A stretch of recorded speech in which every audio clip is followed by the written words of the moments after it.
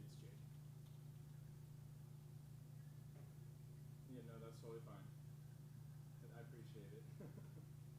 And then if you can jump on Zoom when you have a moment too, I want to see if public comment will come through on Zoom. Awesome.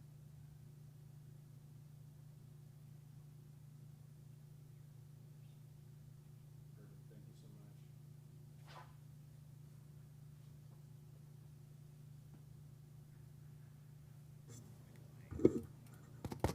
Sounds good.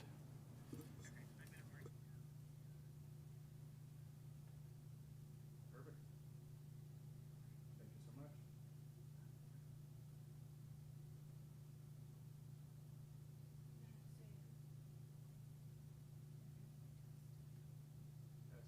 Test. Paulette, can you hear me? Hey, Paulette, can you hear me?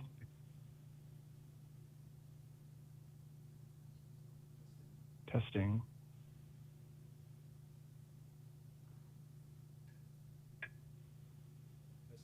Testing 1 2. I'll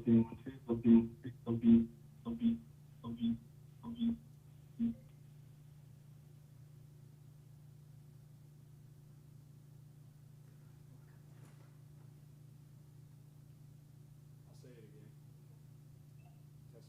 Testing 1 2. Good morning. Good morning. Testing 1 2.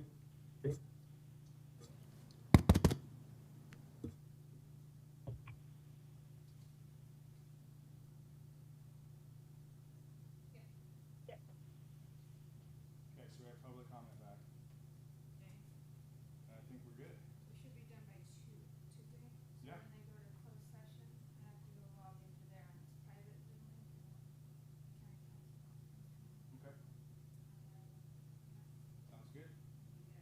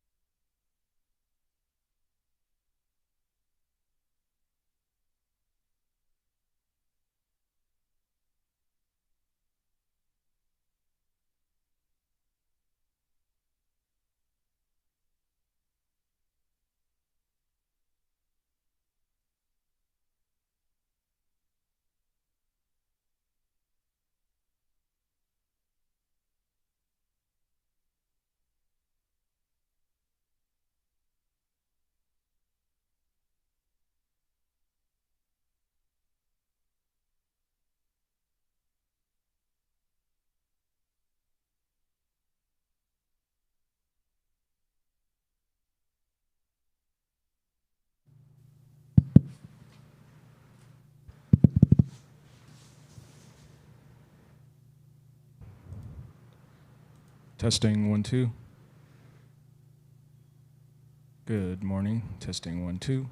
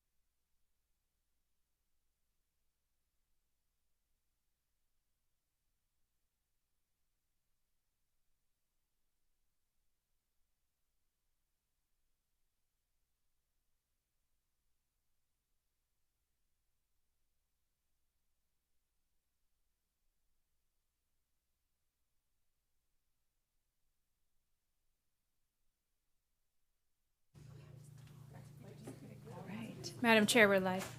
Wonderful. Good morning, everyone, and welcome to the June 24, 2025 meeting for the Napa County Board of Supervisors. Roll call, please. Vice Chair Manfree. Here. Supervisor Ramos. Here. Supervisor Alessio. Present. Supervisor Gallagher. Chair Cottrell. Here.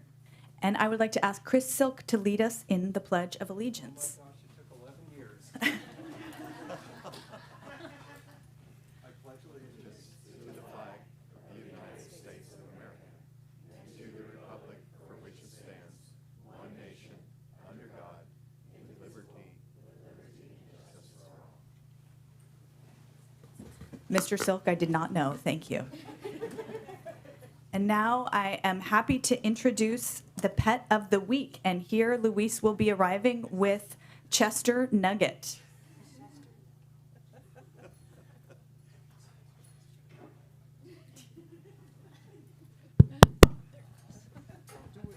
Thank you. Good morning, Luis. And what can you tell us about Chester Nugget? Hopefully everybody can see him. He's so tiny. So everybody, this is Chester Nugget. Chester Nugget just went up for adoption today, but I was so excited to bring him over this whole weekend. I was like, oh, I'm going to take him to the Board of Supervisors. Unfortunately, he's not friendly enough for me to take him out and put him on my hand and kind of showcase him to you guys. Even though he shows great social skills, being upfront, wanting to be around you, every now and then he'll dance if you sing to him or if you talk really soft to him or if you just have a nice voice. Unfortunately, I don't, so I don't really experience that with him. But he will basically come forward to you. He seeks attention. If you are to put your finger there, he's not at the social point where he's not going to bite you. Most of the time, 9 times out of 10, he is going to bite you. It doesn't hurt so bad. Somebody tried it earlier, and, she said it was like nothing. So in case that does happen to you, you just got to do a little bit of tough love with him. I did hear a lot of good things about birds like this. I'm not too familiar with them, but they do have a lot of potential to be social friendly pets.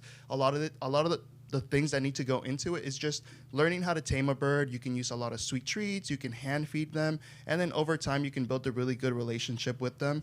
The most important part with birds is a lot of people don't know their lifespan. So these little guys can go for about 10 to 15 years. Chester Nugget, we're assuming his gender. We don't know his gender. You have to be really invasive to figure out what he actually is. And then we're assuming he's about 2 to 5 years old. So we're putting him at approximately 4 years old. But yeah. Wonderful. Well, thank you so much. And just to remind people, Chester Nugget's adoption fees will be waived this week. So please come by the shelter to meet him and all the other great pets who were there. And it's kind of a treat. We don't usually have a bird. So thank you so much for bringing him. And watch your fingers, but get to know this terrific bird. Absolutely. Thank you, Luis. No problem.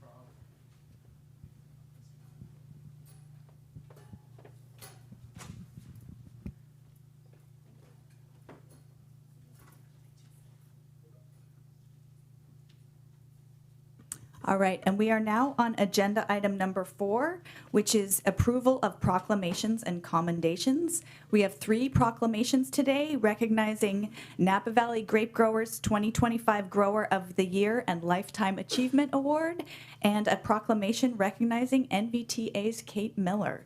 And I'm happy that we have representatives to accept all of these. So I'll first ask if there's any public comment on these proclamations in the room or on the phone.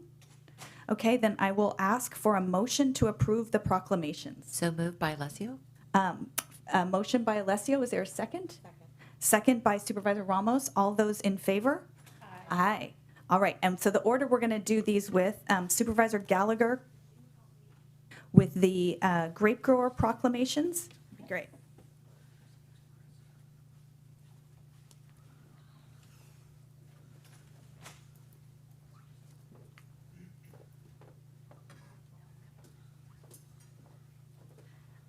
I'm going to ask Bill Hanna to come up as I read this. And first I will hand him this wonderful proclamation. And it's your dad's name, really, John Muir? Okay. Yeah, John Muir Hanna. And John Muir Hanna. Wonderful. So William Thomas Hanna, 2025 Napa Valley Grape Growers Lifetime Achievement Award. The Napa Valley Grape Growers recognize those individuals who exemplify the principles of stewardship, collaboration, and excellence. qualities that define Napa Valley grape growing. It is with great admiration that the 2025 NVG Lifetime Achievement Award is presented to William Thomas Hanna in recognition of his enduring contributions that have shaped the land, enriched the community, and advanced the future of viticulture. Born in Oakland to John Muir Hanna and Virginia Hanna, William moved with his family to Napa in 1950, where he was raised on a 100-acre ranch. He is married to Claudia Hanna, and together they are the proud parents of Michael and Kristen. As a fifth-generation California farmer, William continues his family's tradition of nurturing 45 acres of land with a commitment to sustainability. William earned a Bachelor of Science in Chemistry with a minor in Geology from the University of Pacific and pursued graduate studies in radiochemistry, geology, and management at CSU Sacramento. I know you know all this, but we want to hear it. During his 26 years in the U.S. Air Force, he received specialized training in nuclear physics, electronics, and statistics, and completed the Air War College and Air Command and Staff College. William is the current co-owner of Muir Hanna Vineyards and previously owned and operated Hanna Vineyards Incorporated. A founding member of Napa Valley Grape Growers, William's family has been involved since its inception, and he has served the organization with distinction, including 9 years as a director and his current position on the Industry Issues Committee. His leadership and advocacy within NVG has been integral to the success of the industry. William has led efforts in farm worker housing, educational mentoring, and environmental sustainability, shaping policies that protect the agricultural preserve and guide winery operations. His advocacy for clean air and water has bolstered the region's environmental integrity. Additionally, he served 12 years as an advisor to the Bay Area Air Quality Management District. William is a lifelong learner, environmental steward, and devoted leader. In addition to his professional accomplishments, he is active in music ministry and church leadership with personal passions that include gardening, ecology, hiking, and woodworking. Now, therefore, be it proclaimed that this Board of Supervisors, County of Napa, State of California, on this 24th day of June 2025, does hereby extend its heartfelt congratulations to William Thomas Hanna for being awarded the 2025 Napa Valley Grower Lifetime Achievement Award. We stand united with the Napa Valley grape growers in honoring Bill for his unwavering dedication, invaluable contributions, and lasting impact on the Napa County community and grape growing industry. Thanks so much. Would you like to say a couple words? Thank you. Do you want to say something? Yeah. Okay, please. Well, I'd just like to commend the board for your forward-looking thinking, and I wish you the best of, I don't want to say luck, but with the general plan review and the groundwater issues, there's a real opportunity for collaboration and scientifically based decision making. And I just want to refer a little bit back to my great-grandfather, John Muir, who, I'm going to really paraphrase, but it was, if you try to pick out anything by itself, you find it hitched to everything else in the universe. And everything that we do, all these decisions we have to make, traffic, labor, all of these things are all interrelated, and we have to be really holistic. And I wish you the best in this decision making, and I hope you have plenty of community support. And thank you for this recognition. Thank you so much, Bill. We're going to ask if you can hold a minute, and we'll do a photo too in 1 second. So.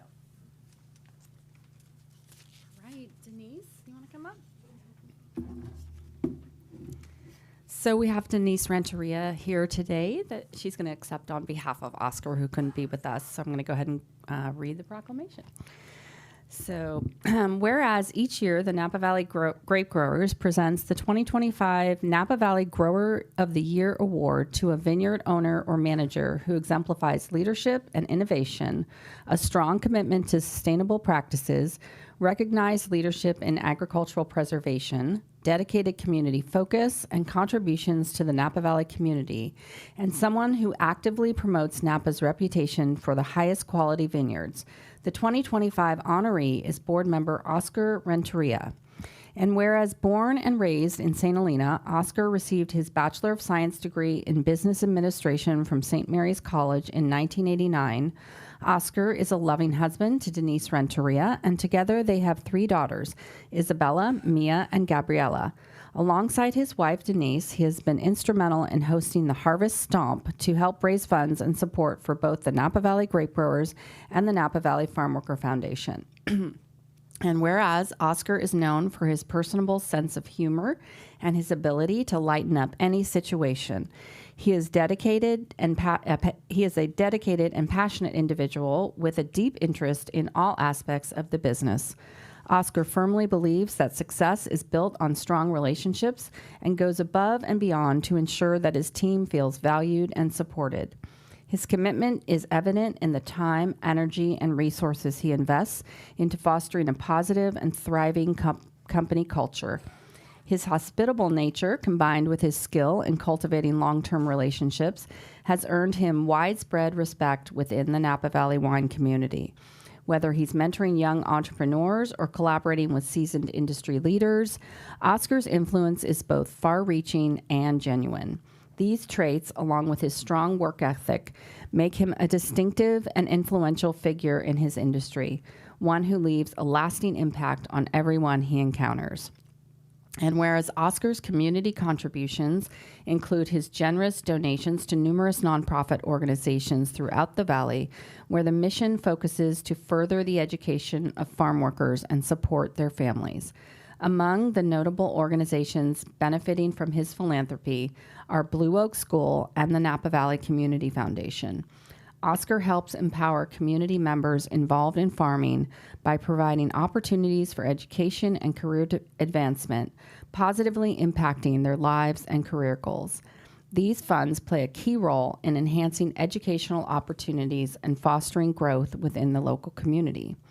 And whereas Oscar's dedication to MVG and the future of Napa Valley agriculture and grape growing is truly remarkable, his leadership and unwavering commitment make him an invaluable asset to the industry. He is deeply invested in the success of the valley and will continue to be a driving force in shaping its future.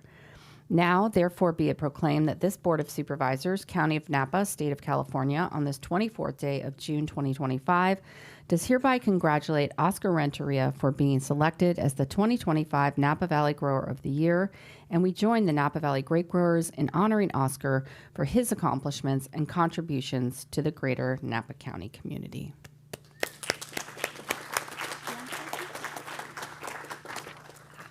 I just wanted to say thank you on behalf of Oscar for this really very meaningful and special award. He's worked very hard over the years, and I'm sorry he couldn't be here. He's moving our daughter right now, so but thank you again. Very much appreciated.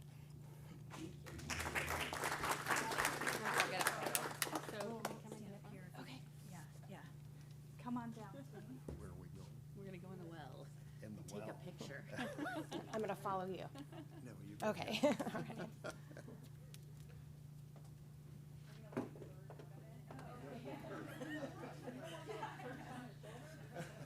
None of us got to bite my ear.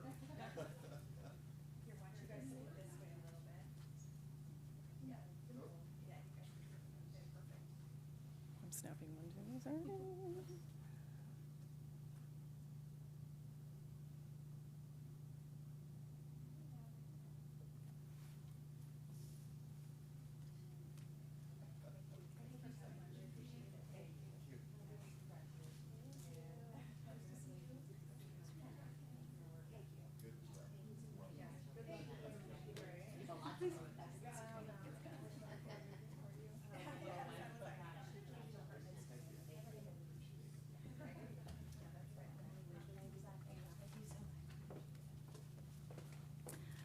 All right, I will now ask Supervisor Alessio to come down and read the proclamation for our very own Kate Miller.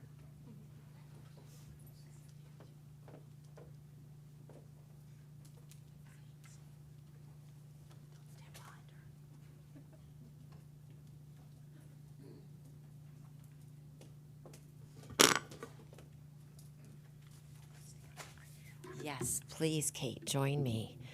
This is an honor to be able to do this. Thank you, Chair, for asking me to read this much deserved proclamation for the Executive Director and soon to be retired Executive Director of the Napa Valley Transportation Authority. We will start. Kate Miller. Whereas Kate Miller began her remarkable public service career in 2000 at the Metropolitan Transportation Commission, where she developed expertise in transit capital planning and went on to hold leadership positions at AC Transit and Napa Valley Transportation Authority, NVTA, where she has served with distinction as the Executive Director from 2012 to 2025. And whereas over her 30-year career, Kate has demonstrated visionary leadership and unshakable commitment to sustainable, equitable transportation. Under her guidance, NVTA evolved into a dynamic agency, delivering transformative projects and building strong regional partnerships that have improved mobility, access, and the quality of life for the people of Napa County and beyond. And whereas Kate's impact is reflected in projects such as this $56 million Zoskel Junction interchange, the $40 million Vine Transit Maintenance Facility, and the passage of Measure U, a $1.2 billion investment in local roads supported by 72% of voters. Her innovative funding strategies and tireless advocacy have brought major improvements to both regional infrastructure and public transit services. And whereas Kate has overseen the Vine Transit System, which provides over 600,000 rides annually, connects Napa County to the broader Bay Area, and is providing emergency response during major wildfires and the COVID-19 pandemic. She played a critical role in extending the Napa Valley Vine Trail and securing funding to support zero-emission transit solutions for a more resilient future. And whereas Kate has also served in prominent roles regionally and statewide, including chair of the Bay Area Partnership Board, member of the California Transportation Transformation Task Force, and leader within the California Transit Association. Her leadership, insight, and collaborative spirit have left a lasting imprint on transportation policy throughout California. And whereas Kate is admired for her brilliant mind, sharp wit, unparalleled ability to turn bold ideas into funded, effective solutions. Known for her love of grammar, deep knowledge of Bay Area roadways, and her skill in the kitchen, Kate is also a dedicated wife to Greg, a proud dog mom to Lily, and beloved aunt and great aunt, and trusted friend and colleague. And whereas Kate's tenure at NVTA has left an indelible mark on Napa County's transportation landscape, and her passion for public service, creative problem solving, and collaborative leadership will continue to inspire future generations of transit professionals. Now, therefore, be it proclaimed that this Board of Supervisors, County of Napa, State of California, on this 24th day of June 2025, does hereby recognize and commend Kate Miller for her years of outstanding public service, lasting contributions to the Napa Valley and the Bay Area, and her unwavering commitment to advancing sustainable and innovative transportation solutions. Thank you, Kate, for your service, your leadership, and your heart. May your retirement be filled with joy, rest, great meals, and the many adventures still to come. Congratulations, and thank you. All right, thank you. Let's meet Kate down in the well for a... Do you want to say a few words? Sure. Okay.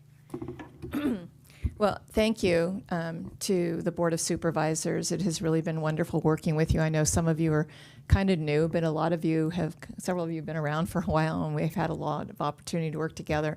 I appreciate also your staff, Public Works and Planning in particular, because we work so closely together, and their professionalism. I think sometimes, they don't get the acknowledgement that they deserve. And so I've really appreciated working with them, and it's been mostly a pleasure really serving the people of Napa County. And it has been, more than my pleasure, actually. It's been a great job, and I'm from Oakland too, ironically. but we came up here thinking that we would move back. We're going to stay here now. I have felt very embraced by this community, and I really appreciate that too. So thanks again.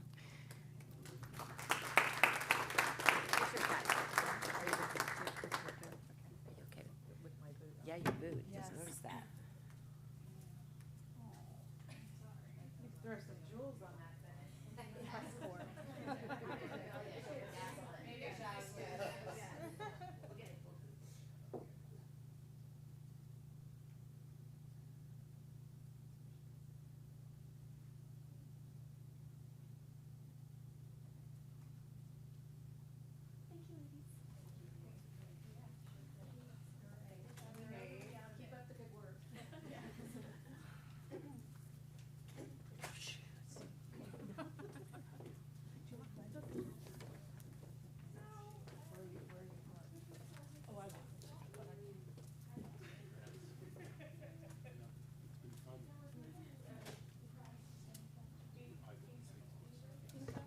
Thank you all for observing those proclamations with all of us. I will now move us to our item number 5, our consent calendar.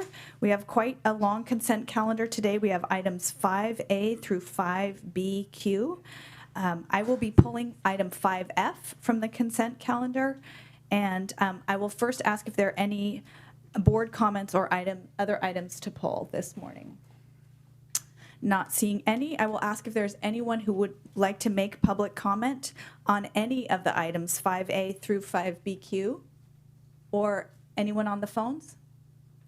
Okay, then I will go ahead and ask for a motion, and let's do the motion this way. It will be a motion on 5A through 5E and 5G through 5BQ.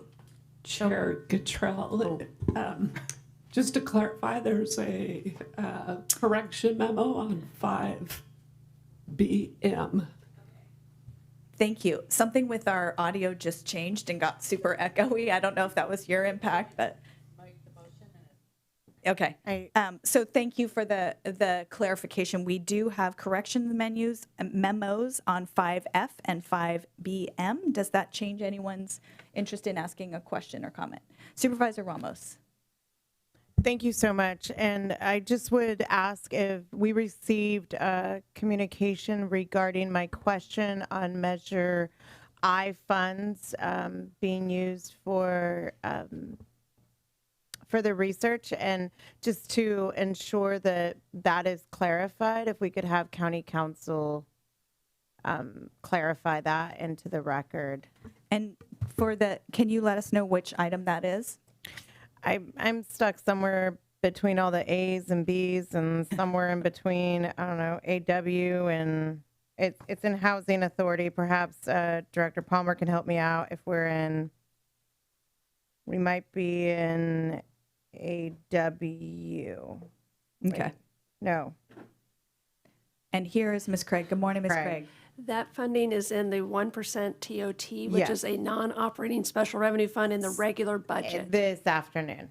It's Later. in the regular budget. Yeah, it's in the regular public hearing. Okay. So then, sorry. So it's not in my apologies. It's not in AW. So I'll hold that one till 11A. But if we could just put a pin in that one. Sounds great. Thank you. Thanks for flagging that. Other comments?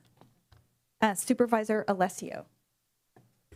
Thank you. And I don't know if Director Yamamoto, Jennifer Yamamoto, thank you. I need coffee.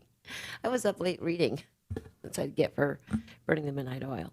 On letter O, I'm fine with the appropriations. I was just curious if there's somebody here. If not, I can follow up with her later. In terms of reporting back on the number of residents that they serve at the hospital for this. So I don't see that she's here. So, she is here. Okay. My understanding was we weren't getting data back from the hospital in terms of patients served, and this is significant funding for inpatient treatment. Oh, you're not, your mic's not on. Good morning, Jennifer Yamamoto, Health and Human Services Agency Director. No, we actually do get data back from the hospitals. We're in regular communication with them on the inpatient hospitals. This really does pertain to what I had covered during the budget hearings with the increase in hospitalizations. So this increase in this contract is directly responsive to that. Okay, very good. Again, I'm on the Beaver Health Board, and I know that some of the commissioners were trying to get this data, and they said they weren't able to get it. So that's good to know, and we can share that with the Behavioral Health Board then. Correct. And I believe there's actually a site visit today to this entity. All right, thank you. Okay, thanks. Thank you, Director Yamamoto. Other questions or comments?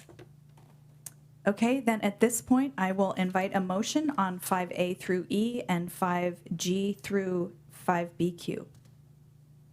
So moved. Second. Motion by Supervisor Alessio, second by Supervisor Gallagher. All those in favor say aye. Aye. Aye. Any opposed? Motion carries unanimously. Thank you.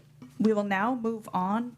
So just to clarify, that item 5F, we will hear on at agenda item number 8. And so now it is item 6, time for public comment. Do we have public comment in the room this morning on any item that is not on our agenda today?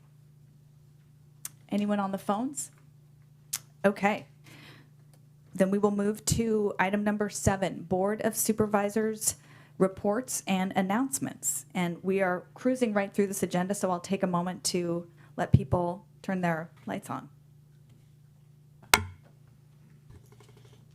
Supervisor Alessio and then Supervisor Gallagher. Thank you. I recently attended, I'm not sure what the formal name is, but it's a leadership luncheon that the Salmon started many years ago when the flood project, well, pre-flood project and during the flood project for community engagement. And now Mary and Jason Luros are now leading this. It's been reenacted or brought back. And this last Friday, the subject was on the Napa Solano Housing Land Trust. And I've seen this before, this presentation when I was on city council, but it was a great reminder in terms of how impactful that program has been in Sonoma. And Napa, during my tenure on city council, did purchase property that was that's on the corner of Trower and Jefferson Street from after Harry Price, a local developer, had suddenly passed away, and he had planned to develop that housing for nonprofits to serve the vulnerable and low-income residents here. And so moving forward, this is now the first property for the city of Napa in the land trust. So they will always own this property. There's plans for, I think it's 18 prefabbed homes that will be placed on there. So I'm excited to see that. And it's just a great reminder to how the city and the county can collaborate, especially since we have the Ag Preserve. We want the housing to be within the jurisdictions of the city limits as much as possible to help with that RENA, because they do have also the gift of taking on 80% of our RENA numbers. So at some point, maybe we'll receive a presentation or just encourage you to reach out and learn more about it. Also, I want to congratulate the Leadership Napa Valley class of 37. They had their graduation last Friday. There were 5 practicum projects, so this whole class broke out into 5 groups. They did programs and initiatives for news, the Vine Trail, CERT, Molly's Angels, and the Veterans Home. And all the projects were very inspiring and will be impactful. I also had the pleasure of enjoying celebration of Juneteenth at the Veterans Park in the city of Napa. It was a wonderful event. I want to thank all those, including JT Thomas, for organizing that. And I attended the Solano County NAMI board meeting to gain some information around what NAMI does in Solano County. Thank you. Thank you, Supervisor Alessio. Good to hear that update on the Housing Land Trust. And Supervisor Gallagher. Good morning, Chair. Just a couple of events that are coming up that I think are important for the public to know about. The Rock the Ride this coming Saturday, June 28th, to benefit national and local nonprofit organizations working to end gun violence. Those beneficiaries include Moms Demand Action, Every Town for Gun Safety, Giffords Center for Law, and Elena's Voice. So please visit Rock the Ride USA if you would like to learn more information or register. Please come out and join us. Also, there is an event for Abode called Empty Bowls. Empty Bowls is an international grassroots movement. This is an event that will take place on Sunday the 29th at 12:30 at Crosswalk Community Church. And taking straight from the flyer, it says, a meaningful meal where every bowl tells a story. Enjoy soup in a handmade bowl that you can take home, helps fight food insecurity in our community. So the proceeds are going to go to Abode's food access programs. And Abode does a lot in our community. They run the shelters, several housing sites. So really, really important to support this effort. And you can go to abode.org for more information on that event. And that's it. Thank you. You're a human event calendar. it's really helpful to have that articulated. Supervisor Manfrey. You know, everything I was going to mention has now been mentioned, but I would just second that the Juneteenth celebration at Veterans Park was just a delightful day. And if you didn't make it this year, think about making it next year. And that Rock the Ride is coming up. And if you're free on Saturday, that's going to be the place to be in this valley. Thank you, Supervisor Manfrey. Supervisor Ramos. Thank you so much. We were a little busy last week, so I didn't get a chance to mention. I had the opportunity to join Napa County Fire at a prescribed burn on Wild Horse. That was incredibly successful, but also there were some surprises in that some of the stuff didn't burn because it's still green.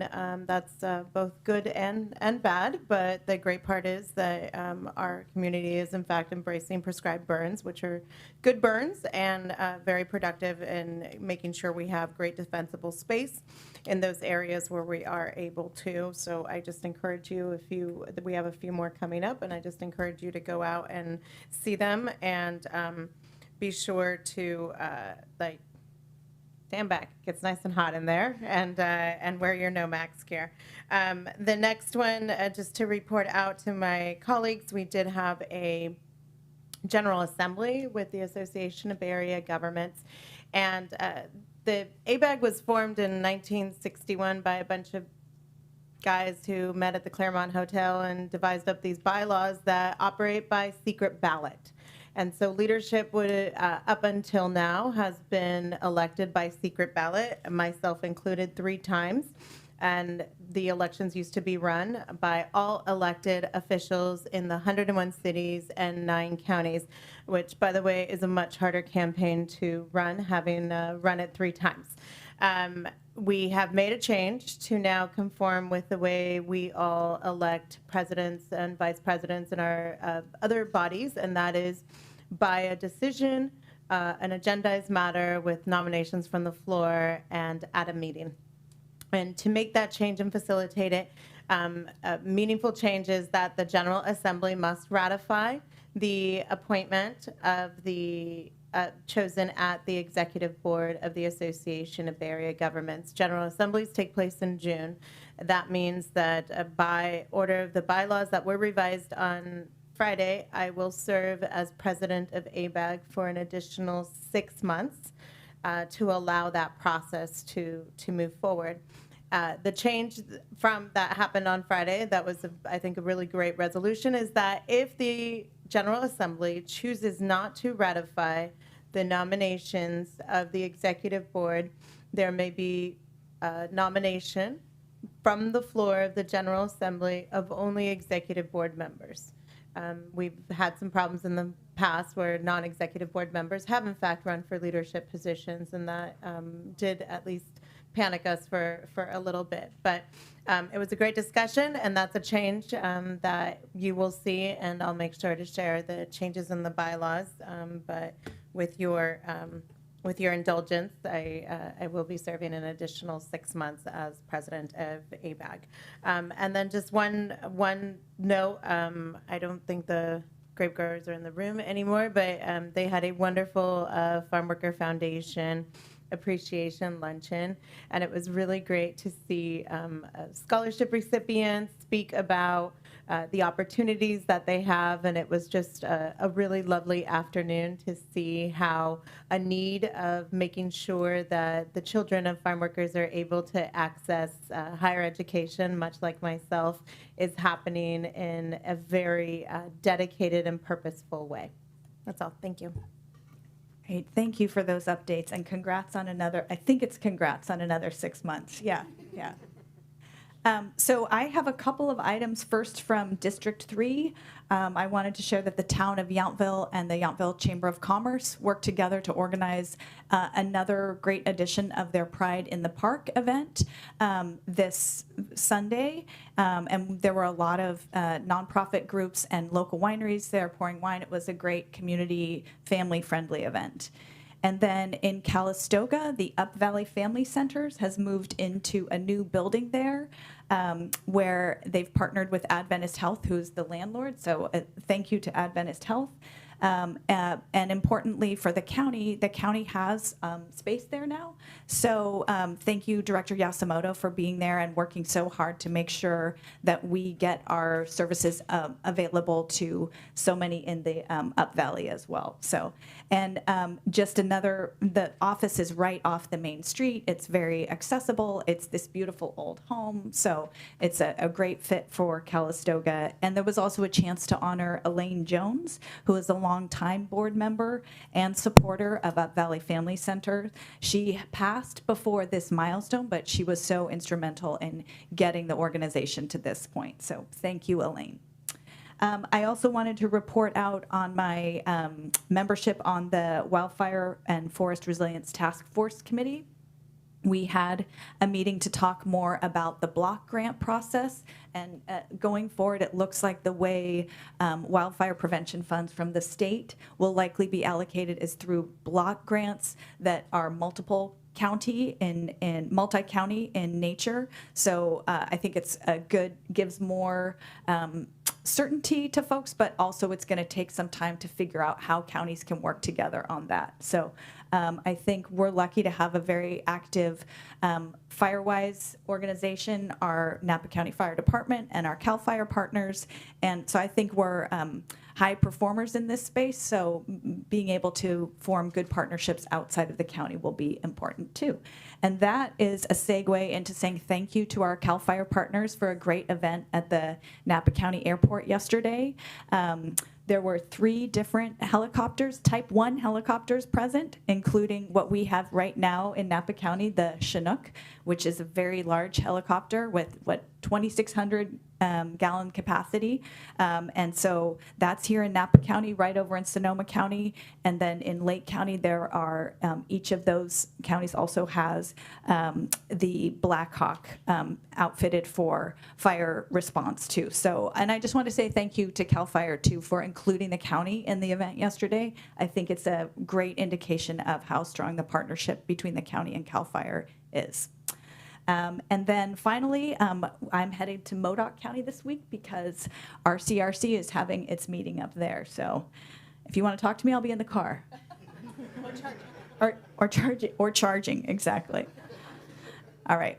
So with that, we will move on to our next items. We will be hearing the item 5F now.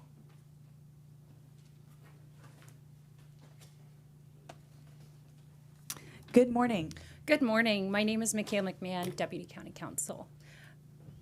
Thank you. And I will ask my question. First of all, with the correction memo, we had added into this item some correspondence from Mr. McKinnon. And one of the items that he brought up in that memo, I just wanted to flag for the board because there's a question about ex parte contacts.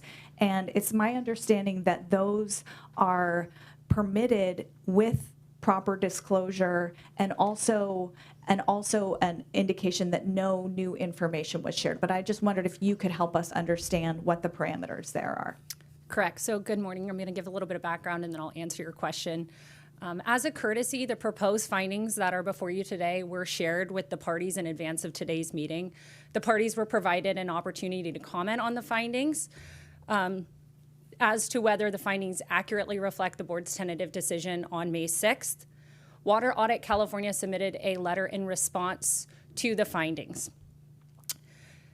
This letter was submitted on June 5th and was attached to the correction memo that was provided to the board for informational purposes. In the letter, Water Audit alleges that the board did not adequately disclose all ex parte contacts. However, at the beginning of the May 6th hearing, the board disclosed all contacts, including all contacts with the parties, as well as all site visits. California case law is clear that pre-hearing disclosure of ex parte communications adequately protects the interests of non-present parties for that matter. The board's disclosures on May 6th comply with California case law, as well as the board's policy for conducting business, Rule 1E5, related to disclosure of ex parte contacts for quasi-judicial matters. Great, thank you. I think it's a helpful reminder of what the rules are and how we're complying with them too. So are there any other questions from my colleagues on this item? Okay, Then I will. Thank you, Chair. Yeah, thank you so much. I will go ahead and make a motion to approve this item. If I could have, well, we already took public comment, but let me just make sure there's no one in the room or on the phones. Okay. Then I will, I've made that motion, and is there a second? Second by Supervisor Gallagher, motion by Supervisor Cottrell. All those in favor? Aye. Aye. Motion carries unanimously. Thank you very much. All right, that brings us to item 9A, our first public hearing of the morning. It is the introduction with the intent to adopt an ordinance adding Chapter 6.02 to the Napa County Code authorizing inspections of watercraft for invasive mussels at Lake Berryessa. I will go ahead and open the public hearing. Good morning, Mr. Zeleny. Good morning. There's supposed to be somebody else in the room with me. His name is Martin Perales. Is he here? Oh, come on up. Good morning, Mr. Perale. Sorry, he and I have never met before. Tom Valley County Council's office. The remote for This is government in action. We're gonna get your. Okay, while he's getting the remote and setting up, just let me briefly say, my name is Tom Zanley with the County Council's office. With me is Martin Perales. He is with the Napa County Resource Conservation District. And what we're doing here this morning is introducing an ordinance that will help prevent invasive mussels, particularly the golden mussel, from being introduced into Lake Berryessa. Lake Berryessa is clean right now. We don't want those mussels in there. I'm going to turn it over to Martin if he wants to further introduce himself and walk you through his presentation, after which it will come back to me, and I'll briefly walk you through the proposed ordinance.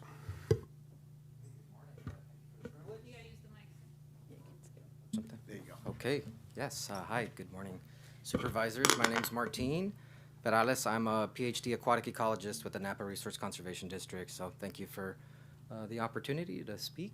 So today I'll be talking about the recently discovered golden mussels and how they pose a threat both ecologically and economically to Lake Berryessa, but also the greater region. So just so that we're on the same page, pictured here is the non-native golden mussel. So you know, these mussels are relatively small. They're in the inch to inch and a half range. And in this picture, there's some juveniles that are growing on an adult.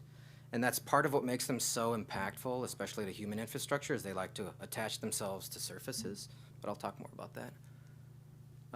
So a little bit of background. They're a small, fast reproducing freshwater mussel. They're native to China and Southeastern Asia. So in that little map down there, if you can see, there's a red star. That's their native region. So this is an invasive species. So they've spread throughout Asia, and then they rode ballast water to South America in the 90s, where they've rapidly spread throughout the continent. And then just in October, they were detected in the Delta near Stockton at Rough and Ready Island. And this is pretty significant. This is noteworthy. This is the first ever detection of this species in North America. It's a highly impactful, highly invasive species. It's very easy to move around, so it's definitely been on people's radar for a long time, and there's papers published about, you know, how impactful could this species be in North America. So they've done studies, they've done sort of meta-analysis of this. So people are aware of it. It's not like a thing that's blindsiding folks. And I just want to say, too, like, if there's any questions, feel free to just raise your hand, and I'm happy to sort of address those in real time. So over on the right side, you can see a map of the known local distribution here in California. So this species has already spread throughout the freshwater portion of the Delta, and it's already making its way south. So each red dot is an area that they've been found. So they're already making their way south in that water conveyance infrastructure that millions of people rely on. And then once they're established in an area, they can spread locally via trailered boats and gear, so they're really easy to move around. And they can actually spread as either an attached adult or as a microscopic free-swimming larva known as a veliger.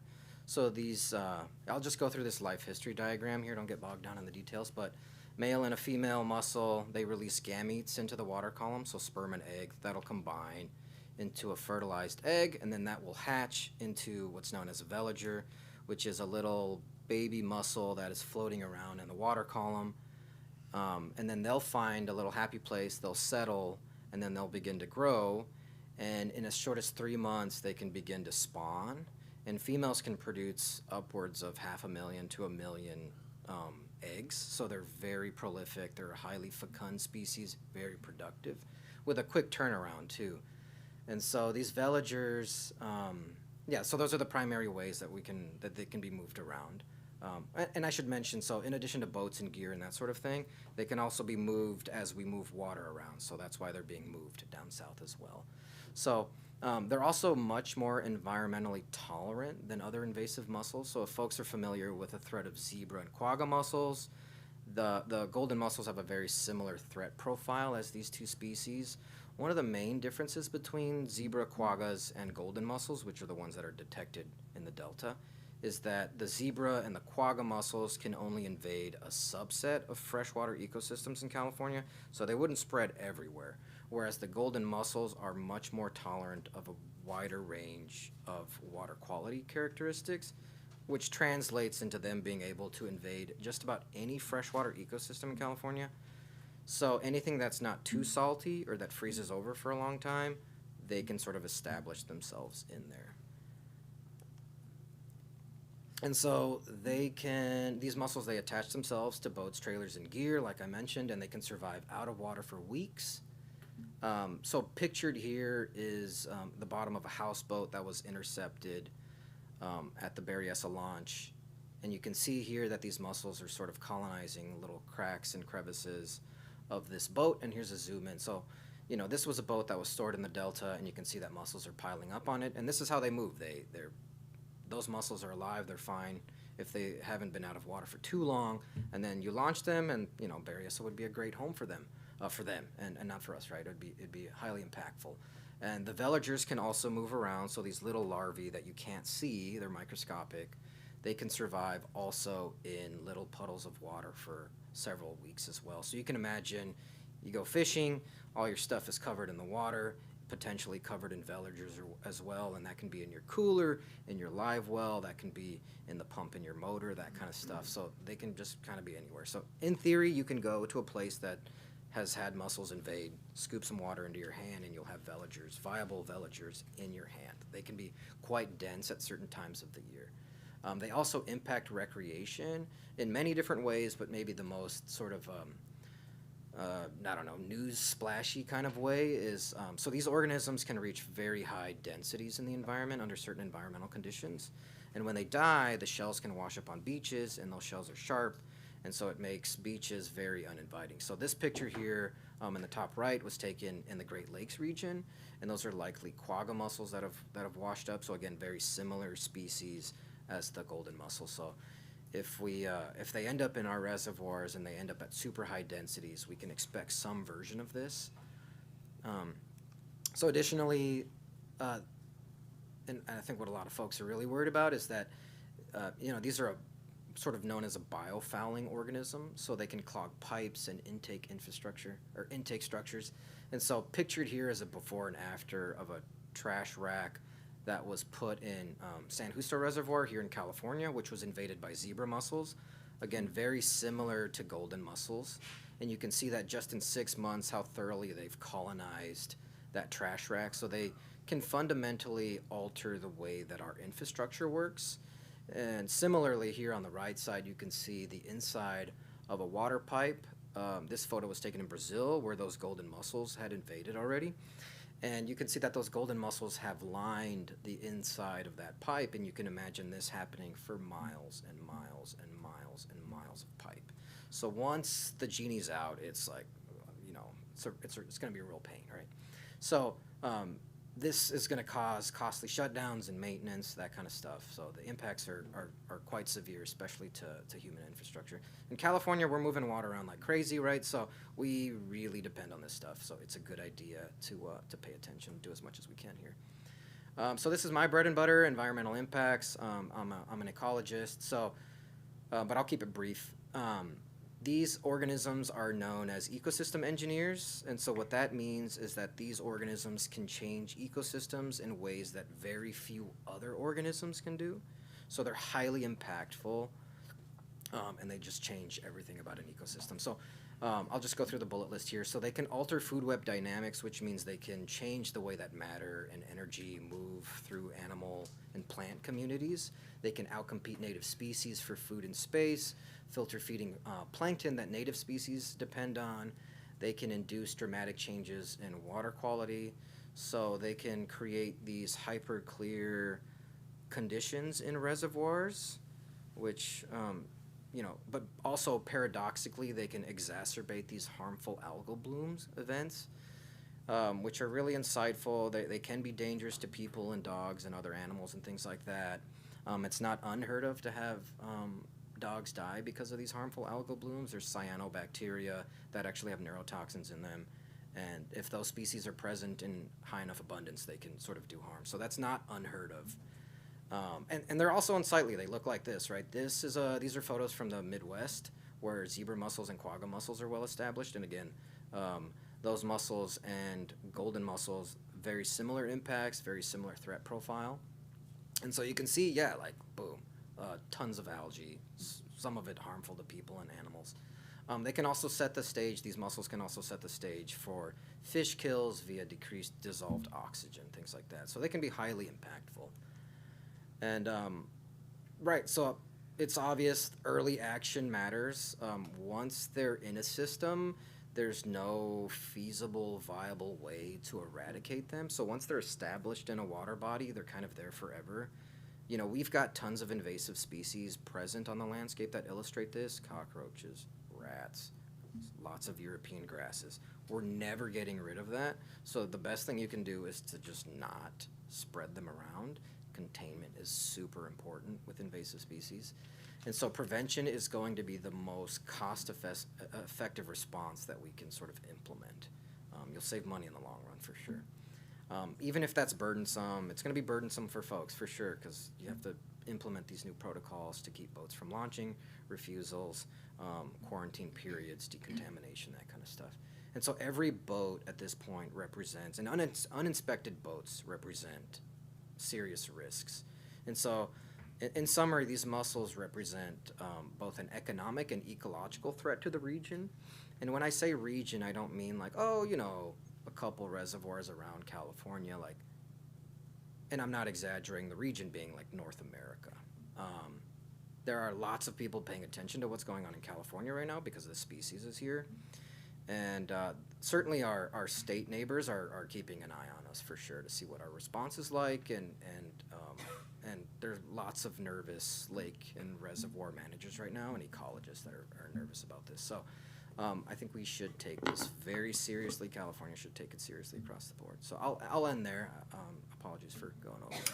No, thank you so much, Dr. Perales. That's a really sobering presentation, and I'm glad that we have two reporters in the room today who I'm hoping are taking notes and can talk to you afterward, because I think this is really something that we want the public to understand.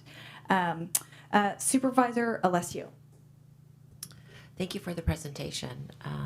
It's Supervisor Manfrey, thank you for bringing this forward and letting us know. I remember when you said this is really serious. I get it.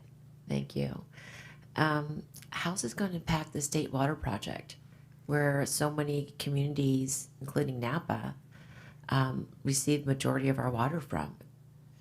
Yeah, that's not clear. I mean, it's... Oh, can you speak into the mic? Oh, yeah, sorry. It's not clear to me. I mean, I'm more of an ecologist, but I can imagine that this is going to greatly increase the cost of maintenance. You got to clean those pipes out as they begin to foul.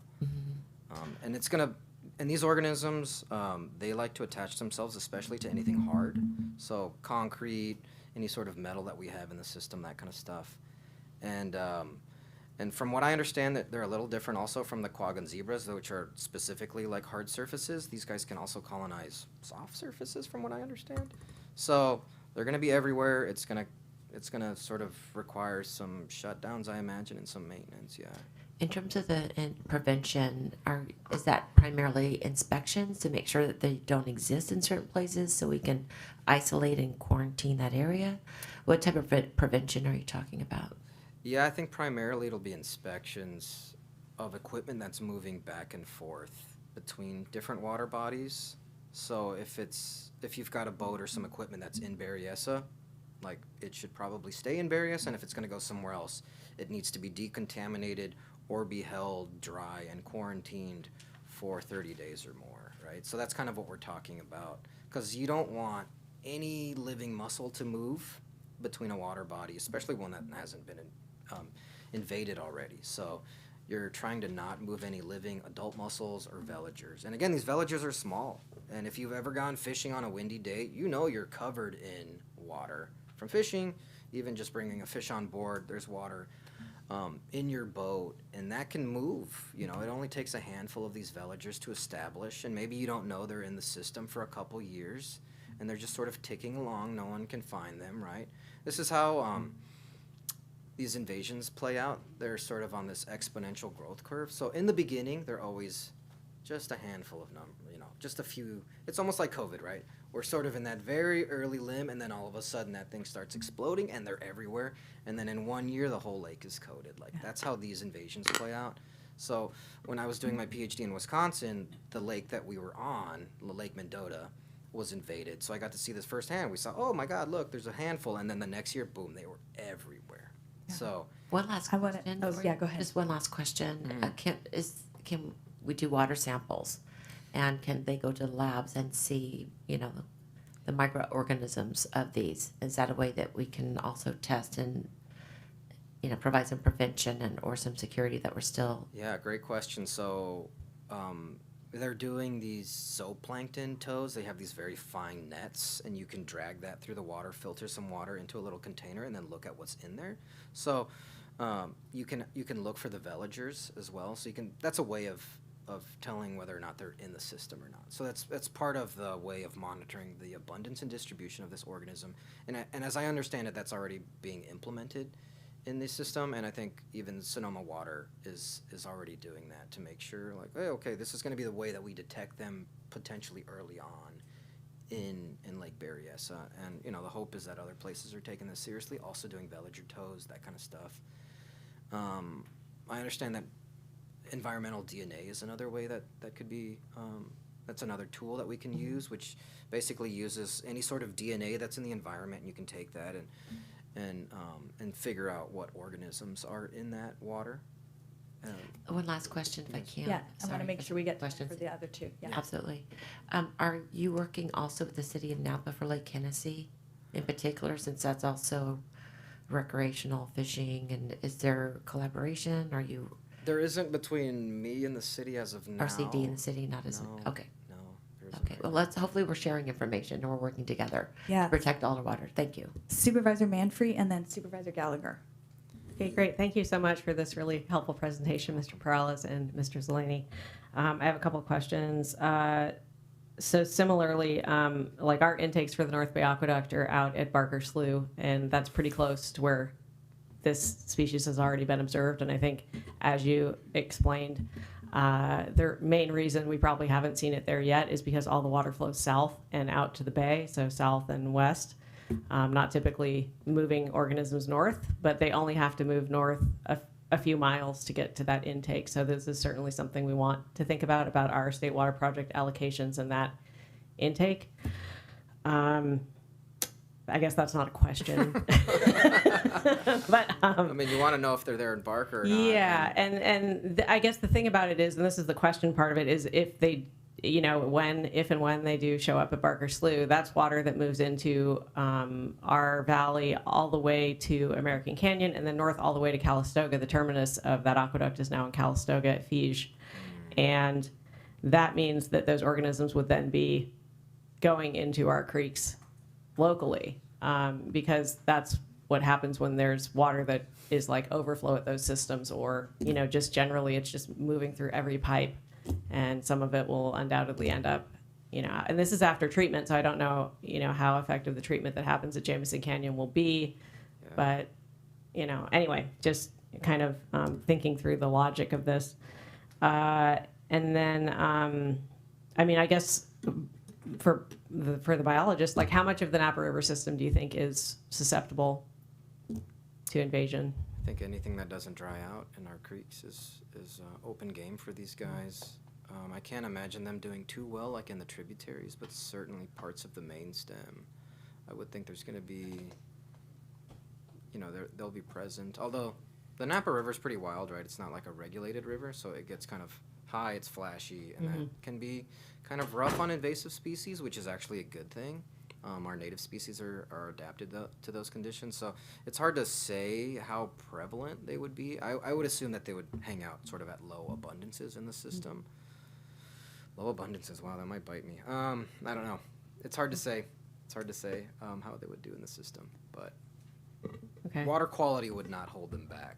It would probably be flow and how sort of disruptive that is to them. But I would think like in the lower, like, the freshwater portions of it in downtown, like that's open game for sure. And they can tolerate some salt too, so they can hang out in that.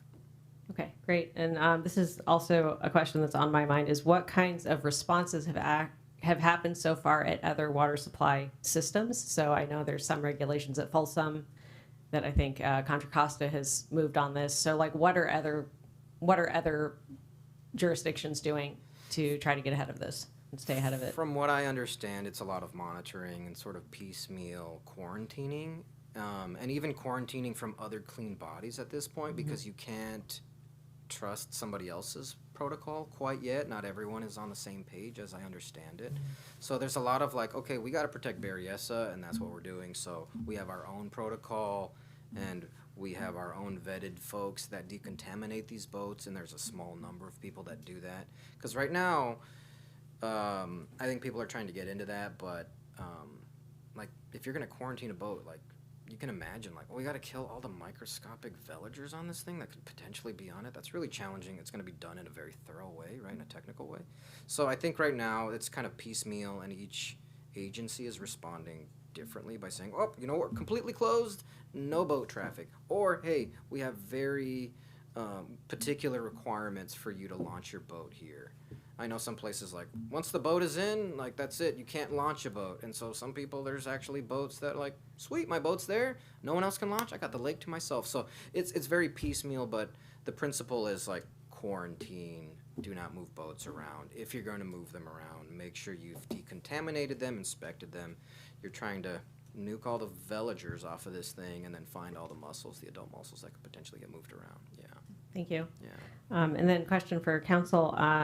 There's a lot of overlapping jurisdictions at Lake Berryessa. There's U.S. Bureau of Reclamation. There's Solano County Water Agency, and then Napa also has, certain things that we're managing there. Could you just maybe clarify that for everyone here, just to make it clear why we're doing this and not somebody else? Yeah, certainly I can.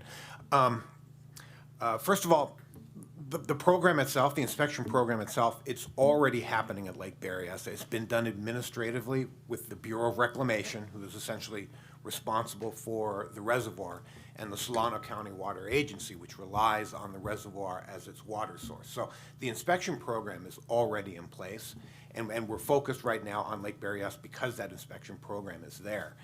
There are other water bodies in Napa County. We may have jurisdiction over some, but not jurisdiction over others. And those that are under control of other agencies, they can always adopt their own things. But what we've done, and what this ordinance does, is it basically codifies the inspection program that is already in place.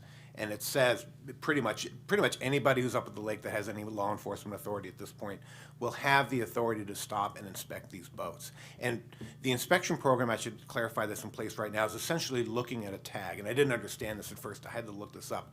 When a boat is tagged, it is because it's either been decontaminated, which there are people behind me who will probably explain it better, but it's basically sprayed with hot water under pressure. There may be chemicals in it, I'm not sure. It's about an average of an hour per boat. Or you can just leave it outside for at least 30 days. Anything that's on there will have died by then. And then you get tagged. But a tagging is essentially your boat is on a trailer, and there's a tag on like a cable that connects the boat to the trailer. So you can't launch that boat without breaking that tag. And the tag has some sort of identification number on it. So you can log into a computer system, and you can see where that boat went, and then where it was reloaded, because when you bring it back out, you tag it again. Now, if you're going to take your boat down to the Delta, there's nobody to re-tag your boat. So your tag is broken when you launch it in the Delta. You don't get a tag when you pull it back out. So when it shows up at Lake Berryessa, it's got no tag. you're not getting your boat into Lake Berryessa. So that's how the tagging system works, and that's primarily what they're looking for. But in this ordinance, we've extended that administrative program a little bit further, because my understanding is mussels don't discriminate between boats that have motors and boats that do not. So if somebody happens to be walking by, let me use a canoe as an example. Canoes, most people store them in their backyards. They're in the rafters of your attic. And they're not trailered. They're thrown in the back of your pickup truck or maybe tied down to the roof.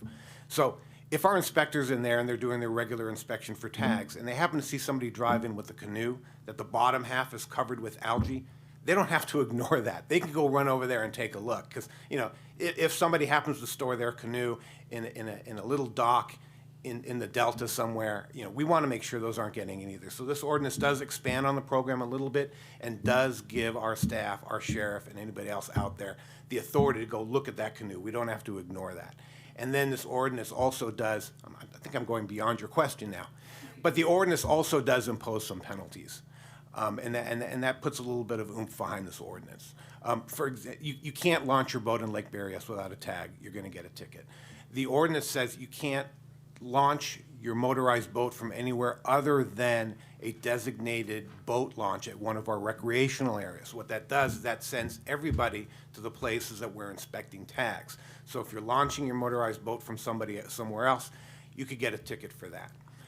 If you go in there and you get denied access and then you run off somewhere else and you try to launch your boat because you failed an inspection, you're going to get a ticket for that. And then there is actually a heightened violation. If you're engaged in this type of conduct with the intent, with the specific intent to avoid an inspection, that's actually a misdemeanor. And those are larger fines and even a possibility of jail time if the DA was so inclined. So that's what this ordinance does. And I'm sorry, I've gone beyond your question, but I did want to get that onto the record. Thank you. And other questions? Okay. Okay, Supervisor Gallagher and then Supervisor Ramos. I don't know if this is a question for the sheriff, or I'm thinking, what does this mean in terms of resources, in terms of additional inspectors, people that currently aren't doing this now, but it sounds like we're going to need a lot more people. Or thank you, Sheriff. Yes, good morning. Well, as far as the deputies that work the lake are concerned, they have with this ordinance a may inspect language, not shall. So that gives us some flexibility in terms of the resources that we may or may not have. It is going to require more people and more resources, but the question is whose. And I think the motivation is for Solano County Water Agency and the different concessionaires. You know, capitalism gets a vote, so I think there's some of the vendors up there are going to stand up power washing stations and charge for it, and that's kind of just, you know, capitalism at its best. But what this ordinance does give us, however, is right now it's kind of, as Mr. Zeleny mentioned, it's already happening. But if somebody violates it, it's like, okay, well, shame on you. But there's no teeth, there's no ordinance that we can write a citation for. So this will give the lake deputies the opportunity to issue infractions and even misdemeanors in extreme cases that we don't have right now. Great, thank you. And are we going to have like signs going up and ways of educating the public so they understand, like, we're not just asking you to do this, you know, how important it is? I guess it's just, you know, something that people will have to understand the importance of it, and they will want to comply if they understand why. I can't speak to the signs, but certainly the two concession areas that we're operating now, the county under interim concessions and the federal sites, they have people there checking everybody before they get to that boat launch. And my understanding is if you don't have a tag, you are not getting into that lake. Yeah, I think just, you know, thinking about maybe how we do some public education campaign, essentially, so people really get it. Like, I know this is going to happen when I get there. I understand it's important. You know, it's critical that this happen. There's already lots of signs, and then like everything working with the CEO's PR team and my PR team, we'll do more. We've done some, and we'll continue to do more. But some signs are already up. Supervisor Ramos. Thank you. And Supervisor Gallagher, to that point, Solano Water Agency already has billboards that are coming off of I-80 to all the exits that would lead to Lake Berryessa. And they're very significant in size and the muscles are big enough to give you the heebie-jeebies. The question I have is related, the staff report says that there is no fiscal impact, but obviously what we're doing is we're authorizing our employees to do more. And there is not a cost share agreement here with Silverado Water Agency. And I'm wondering, how are we going to keep track? Certainly we do have an interest in making sure that that this invasive species stays out of a waterway contained within our jurisdiction. However, from an infrastructure standpoint and a water consumption standpoint, Solano County definitely has a bigger dog in this fight. And so I don't see anything here that talks about how we would track our time. Certainly there is the Silverado Water Agency's program through the concessionaires, but I don't want to be doing other people's jobs for free. And so I think while this is a good step forward, I do believe that we need to look at how are we going to capture time, whether it's a county employee that is out there, whether it is the administrative parts of processing infractions, whether it is deputy time. How do we plan on capturing how much time is spent here? Okay. It says no fiscal impact because via this ordinance, we aren't promising to dedicate any more resources to this than we currently are. My understanding is that at the concession sites run by Napa County, our concessionaires are actually being paid directly by the Solano County Water Agency. I think per tag that they do, that's my understanding. I haven't verified it personally. And then at the federal sites, of course, they're absorbing that cost themselves. But we could consider in a future action, if we want to actually dedicate resources to helping enforce this, is certainly a conversation that we could have with either the BOR or the Solano County Water Agency. So I just foresee that if there is a problem with an inspection, the concessionaires aren't going to deal with any heightened conflict. They're going to call our deputies to go out and have that response. And so I think we need to be positioned to be able, if this is their program, I'm all in favor for having greater clarification here, but if this is their program, they're going to need to foot the bill. There's going to need to be some sort of a cost share agreement that comes forward from this, if in fact we have to act. So that would just be my one notation. And the next part is I do see that in the ordinance, this refers to an infraction. I think we also need to just look at what an infraction up at the lake is like a deli sandwich these days. It's really not that big of a deal. So I think we really need to start looking at the revision of our fines at the lake, whether it comes to a mussel inspection or parking, because they're just not significant enough for deterrent. When someone's flying around the lake and their $90,000 boat, the $45 fine is just not going to be much of anything. So I think just two things we need to look at: cost share to make sure that we have something in place if a matter does need additional county resources, and two, we need to take a look at revising our fines and infraction fees up at the lake to make sure that they are in fact deterrent. Thank you.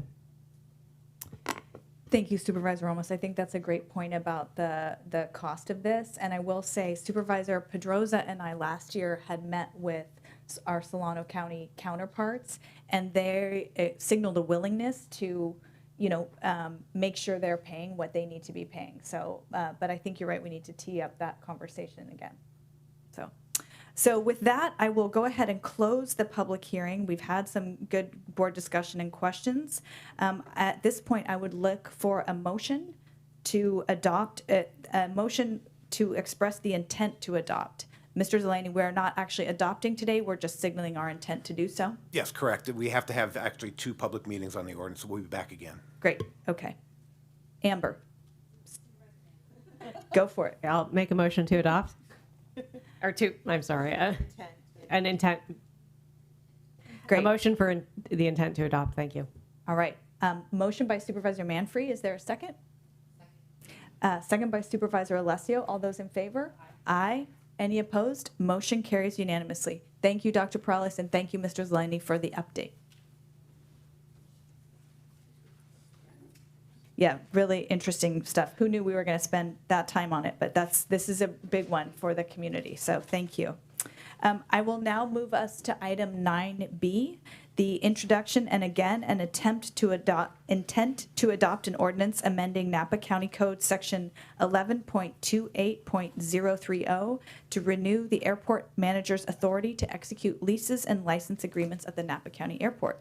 Good morning, Mr. Lederer. Good morning. I'm Steve. I'll go ahead, after introductions, I'll go ahead and open the public hearing, and I will ask for the staff report. Yes, just briefly. Steve Lederer, Public Works Director, also Director of Aviation. This item is to renew the airport manager's delegated authority to sign leases at the airport of a certain amount. Airport basically runs like a business, and a big piece of their business is doing leases. This delegation has been in place for several years, but it was a 5-year delegation that it has since expired. So we're just coming back to ask the board to renew it. And I'd like to thank Council Zeleny for helping put this together. Thank you. So I will first ask if there's any public comment in the room or on the phones for this item. Okay, then I will go ahead and close the public hearing and bring it back to the board for discussion, comments, questions for staff. Supervisor Gallagher. If there's no discussion, I'll go ahead and make the motion for the intent to adopt an ordinance amending Napa County Code Section 11.28.030 to renew the airport manager's authority to execute leases and license agreements at the Napa County Airport. Second. Okay, a motion by Supervisor Gallagher, a second by Supervisor Ramos. All those in favor? Aye. Any opposed? Motion carries unanimously. Thank you. And our next item is 9C. I think that one's going to take us a little bit of time, so I'm going to go ahead and take a 5-minute comfort break, and then we will come back at 10:25 and pick up item 9C. Thanks.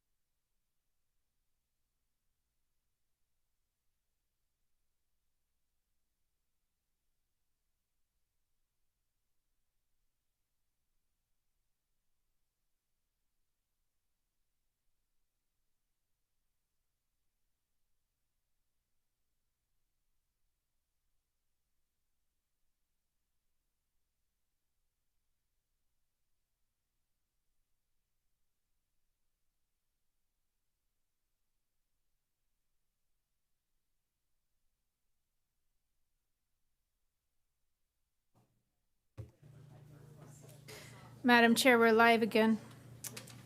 Thank you, Ms. Hoskins. So we will pick up on our agenda on item 9C, and I will read this for the record. This is an item to consider with possible action regarding an appeal filed by Water Audit California, the appellant, concerning the decisions made by Napa County Planning Commission on April 2nd, 2025, to find the project categorically exempt from CEQA and approve the use permit major mod number P1900459 Castello di Amoroso Winery.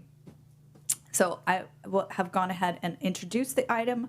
I will ask for any Levine Act and ex parte disclosures from board members at this point. I'll start with you, Supervisor Ramos. Thank you. I did receive a message from counsel for the applicant, which, given budget season, I actually did not respond to. So we did not have a conversation, but he did reach out. Thank you. And no Levine Act disclosures? No, ma'am. Okay. Supervisor Manfree.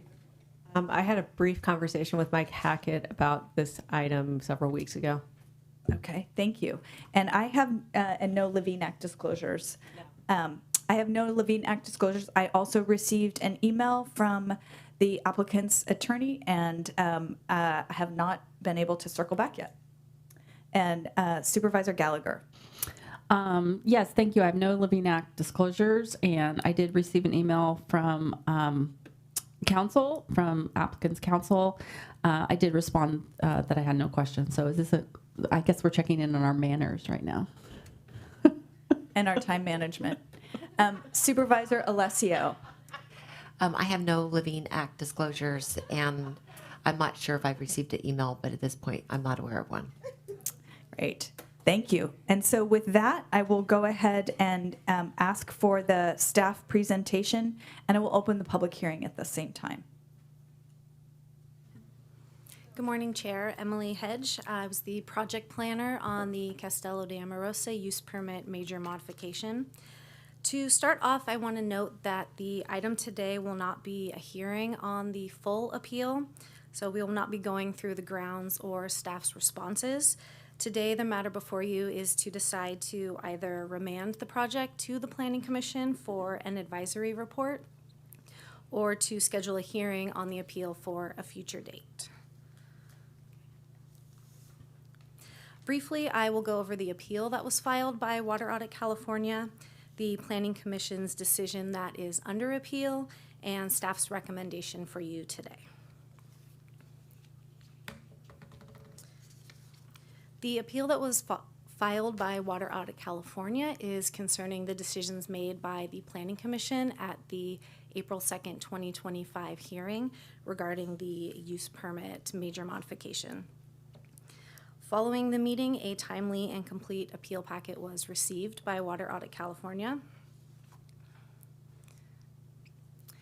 The Planning Commission's decision at the April 2nd meeting was to find the project categorically exempt and to approve the major modification. The detailed approval is noted in the staff report, but in general, the approval related to recognizing the number of employees, visitors, events, and the locations of hospitality events, as well as, excuse me, an expansion of additional areas for hospitality, additional parking, and a new well.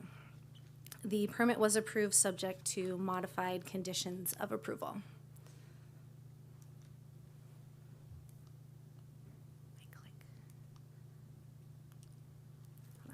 Brief clicking, okay. The conditions of approval were modified, and one of those was to add a condition regarding maintaining the existing operational levels of well number 2. Well number 2 is an existing well on the property, but it was not the designated project well. To prepare this condition, staff requested historic water use from the applicant. Upon review of the data provided, staff discovered discrepancies between the information provided and what was disclosed in the applicant's water availability analysis that was considered by the Planning Commission. Staff has determined that the water availability analysis needs to be updated to provide accurate information so that potential impacts to groundwater and public trust resources can be properly evaluated. Staff's recommendation is to remand the project to the Planning Commission for review of an updated WAA and to prepare an advisory report. This would include the water availability analysis, groundwater use, and any other topics that the board would like the commission to consider. The applicant, Castello de Amoroso Winery, supports the remand, while the appellant, Water Audit California, objects to the remand. And that concludes my presentation. Thank you. Thank you, Ms. Hedge. So at this point, again, the public hearing is open, and I will go ahead and accept public comment. We'll ask for the parties to speak first, and then we'll take any public comment in the room or on the phone. So is there anyone from the appellant in the room or on the phone lines? Okay. Then I will go ahead and ask the applicant to come to the podium to speak, and then I will ask for any other public comment. Good morning, Mr. Greenwood Minor. Good morning, Chair. I've already submitted a letter in support of the remand before you. I certainly don't want to belabor that. If you guys have any questions of the Castello, we'd be happy to answer them now. Okay. So you don't have a presentation at this point or anything? Got it. Okay. No, I do not. Great. Thank you. Is there anyone in the room or on the phone from the public who would like to offer public comment at this point? Okay. Then I will go ahead and bring it back to the board for discussion and any questions that the board will have for staff at this point. So I will go ahead and close the public hearing, though, and this is where we have time to deliberate. So I will go ahead and turn to Supervisor Gallagher. You had a question?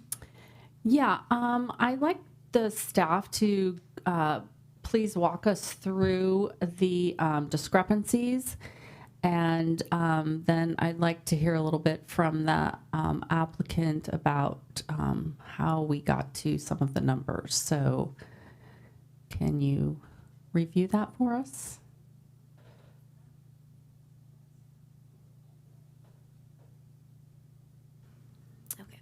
So the WAA that was provided included an estimate of approximately 16 acre-feet of what the winery would be using.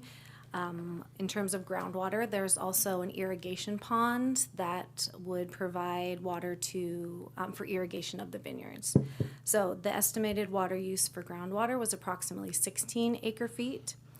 The information that we received from the year 2014 showed a total groundwater use of 39 acre-feet, which was significantly closer to the recharge amount of 40.5 acre-feet.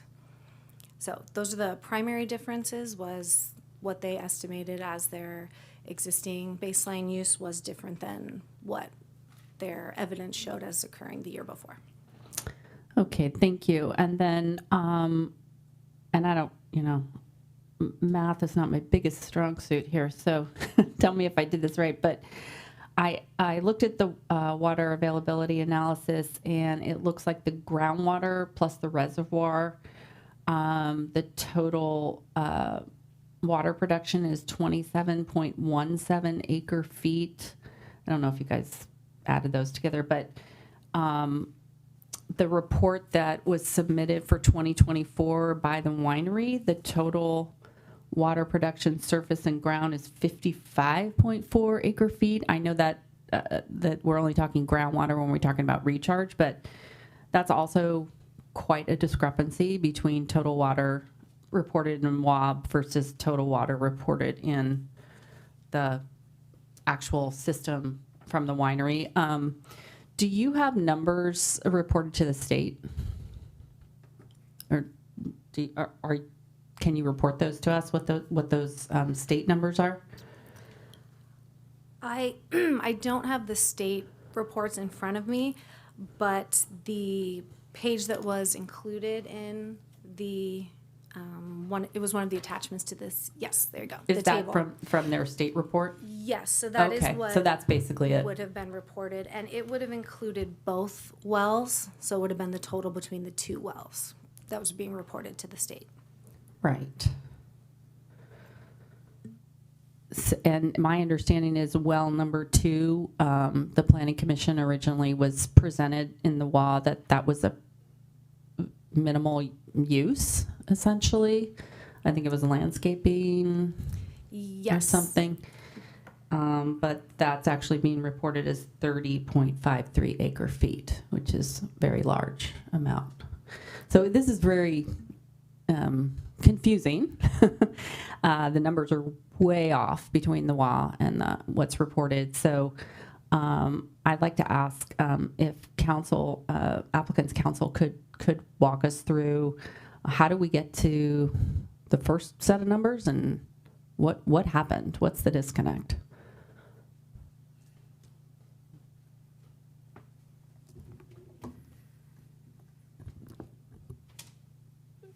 Well number 2, throughout the application process, was considered a backup to the primary project well. It served more of an agricultural and a landscaping function.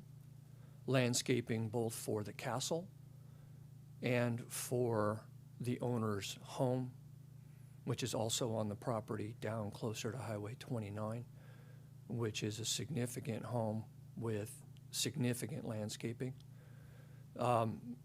We did not factor well number 2 into the original WAA because it was primarily a backup. There's no other way to put this. We were surprised by the numbers as well, shocked by the numbers off of well number 2. Commissioner Brooks raised a bunch of good questions at the hearing related to monitoring well number 2, and we agreed with that, which caused us to take a closer look at well number 2. And we didn't, you get the numbers, you got to give the county the numbers. So we did. There was a misunderstanding between the applicant and the engineers and myself with regards to the amount of water used from the reservoir versus well number 2 for irrigation for a few years there. I think another important factor is essentially given the amount of time that this application took to get to the Planning Commission. Frankly, nobody looked at the water numbers after 2023 other than a brush up on those numbers from well number 1 and from the project itself in 2024. When we became aware that the reservoir in 2023, and I'm going to get this wrong, but I think 2022 as well, they changed the operational function of the reservoir versus well number 2 for primary for irrigation purposes. And so the reservoir became, if you will, the backup water supply for a couple of years there. When we became aware of that, the engineers, our hydrologist and myself in 2024, August of 2024, we managed to quickly convince the applicant that that was not the right way to do that. And the other issue would be the numbers reported to the state, which frankly were not reported prior to, I believe, 2022. And when those numbers started being reported, I mean, I still to this day can't give you a factor between what's irrigation for vineyard, what's landscaping off of well number 2, and what's landscaping down below for the home and for the landscaping for the home. They're in the process of getting separate meters and separate infrastructure so that we can keep track of that stuff going forward. Does that answer the question? Not really, but I see your, this is a struggle for everyone. It sounds like. I think it's interesting. I mean, we rely on the WA, and the WA does very clearly differentiate how much water for each use. So now I'm hearing you say, I really don't know what the engineers made some kind of assessment around how much water per use, per well, per the reservoir. So it's disconcerting to hear that we really don't know. The WA, as you know, is relied upon to make a lot of other decisions about the project. And so, it sounds like the WA needs to be completely thrown out and done over. And then from that, a lot of other calculations and decisions need to be made because so much is based upon that. So I think it's kind of like a numbers salad right now. Doesn't really make a whole lot of sense. And it doesn't sound like anybody really has a good understanding of what's being used for what. I am curious. You said the numbers were only started being reported to the state in 2022. That's my that they were not reported to the state prior to that. The well number 2 numbers were not reported prior to that. Okay. They started using well number 2 more extensively because, excuse me if I get slightly caustic with this. The client, the applicant, has been trying to get a replacement well for well number 1 right.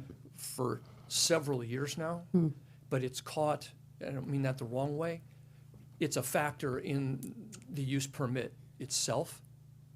So although we have a location for it, we know right where we want to put it, we can't put it in. So when well number 1 starts to struggle, they started to use well number 2 more. The staff person at the Castello looked at the criteria and said, we have to report our well number 2 use to the state. I'm not fluent in those regulations. Right, I don't want to understand. pretend to be. I'm not either. So he just took okay. the bulk. He just took the bulk number off of well number 2 and sent it on, and there's no differentiation there in that number between the various uses of the water. Okay, let me ask Mr. Bordona. So if someone is reliant on a particular well, that's probably in their original permit or whatever their most modified permit looks like. And if there's a change and you start using the majority of your water from a different well, is that something that should be reported to the county because it's varying from the use permit? Yes. In situations like this where there are multiple water sources, 2 wells and a reservoir, applicants are able to use those interchangeably as they see fit. However, they need to disclose the extent of which they're using those wells so that the worst case scenario, if you will, can be analyzed and then from there determine if there are any impacts associated with the maximum use interchanging those sources. It's not uncommon in those situations. You simply disclose that. I'm going to use X amount for well number 1, well number 2, however much from the lake, from the vineyard. Totally fine. It just needs to be included in the WAA. In this situation, they said they're using water from well number 1. Well number 2 was a backup, but as you can see from the 24 data, it appears that well number 2 is actually the primary. And granted, there may be functional issues, if you will, with well number 1 and a need for that backup, but it's important to know the extent to which a backup well is being used. Right. So we didn't have that information. No. Yeah, makes it hard to make a decision. Okay, I think I'll just stop right there, and I'm sure other people have comments and questions. Thank you. Thank you, Supervisor Gallagher. Thank you, Mr. Greenwood Meinert. Are there other questions from the board at this time? Supervisor Alessio.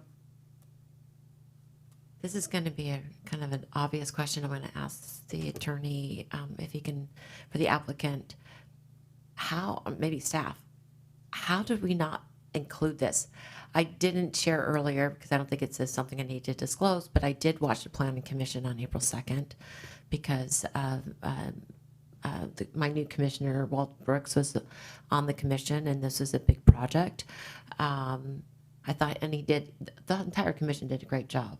And I appreciate Mr. Brooks, Commissioner Brooks' questions. The entire time it talked about how much work had been done up to that point for the last 6 years. And in many ways, it appeared things were getting glossed over, not intentionally, especially by staff, because staff doesn't operate the winery, doesn't see what's happening out there. But certainly, it makes me feel very uncomfortable in terms of being able to trust the applicant, and how are we going to monitor that. And the unfortunate consequence, it creates a shadow on all the other wineries and producers and farmers out there who are being upfront and honest with full transparency. We're a community of values. We're a community that believes in being transparent, working together in an honest, trustful way. And it's baffling me how this information was not presented or provided for staff. And maybe we need to even look at our own processes, how staff did not fall into this place of, well, there's 2 wells. I mean, we've looked at this with Bonnie Vineyards. There was a well that was buried under a deck that had things over it, and we addressed that well. That was clearly wasn't in operation, but we still addressed it. But this well wasn't addressed. The reservoir wasn't addressed. I'm new at this. This is not my strength, so I'm learning here. But I'm really uncomfortable with what has happened. And I'm not sure, what's, how we're going to get, be reassured that we're getting all the information and we can regain the public trust. I mean, this is about the public trust. And so how can we regain the public trust on this project? I'm not sure. I know that the staff has recommended to remand it back to the Planning Commission. Based on what I saw on the Planning Commission, and I watched it again this morning, we have an exceptional Planning Commission, and I do trust that they can do a good job. If this board wants to remand it back, and I look forward and want to hear what others have to say on that, what your preference is, but I'll support staff's decision. To let them do the deep digging and for the commissioners ask those really deep technical questions. I kind of feel like they deserve that opportunity since they weren't given the opportunity the first time. And then they can bring it back to us in an advisory report as recommended by staff, and then for us to make the final decision. So a bit of a soapbox moment. But I just find myself in a really uncomfortable situation because I always give people the benefit of the doubt, and now I doubt. Thank you. I know we have questions from Supervisor Manfrey, but did you want to make a response? Okay, go ahead. And just to be clear, I'm reopening the public hearing so that we can have these comments. Thank you. I understand the issues of trust. If we had deliberately lied about this, I wouldn't be standing here. Okay? I would have quit. I was shocked by this, had a very heart-to-heart, listened very heart-to-heart to Mr. Bordona on a conference call that scared everybody on my end of the phone call. This was not deliberate. Is it a bad mistake? It's a mistake. It can be fixed. We came forward immediately. We gave the numbers to Emily the minute we had them. So the client is spending money right now fixing its infrastructure so that we can monitor things that we don't even have a condition of approval set up yet for monitoring in the greater detail that needs to be done here. We're fully committed to getting this thing fixed, fully committed. And on the remand, we'll fix it and get it peer reviewed.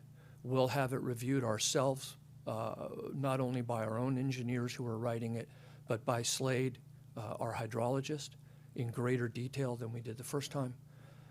There were some operational issues. There's no way to hide that at the Castello.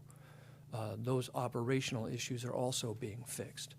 I don't want to just stand up here and go left hand's not talking to the right hand, because that doesn't do anybody any good. But there's clearly some staff education and management education that's gone on as a part of this and will continue to go on. So, thank you. Supervisor Manfree.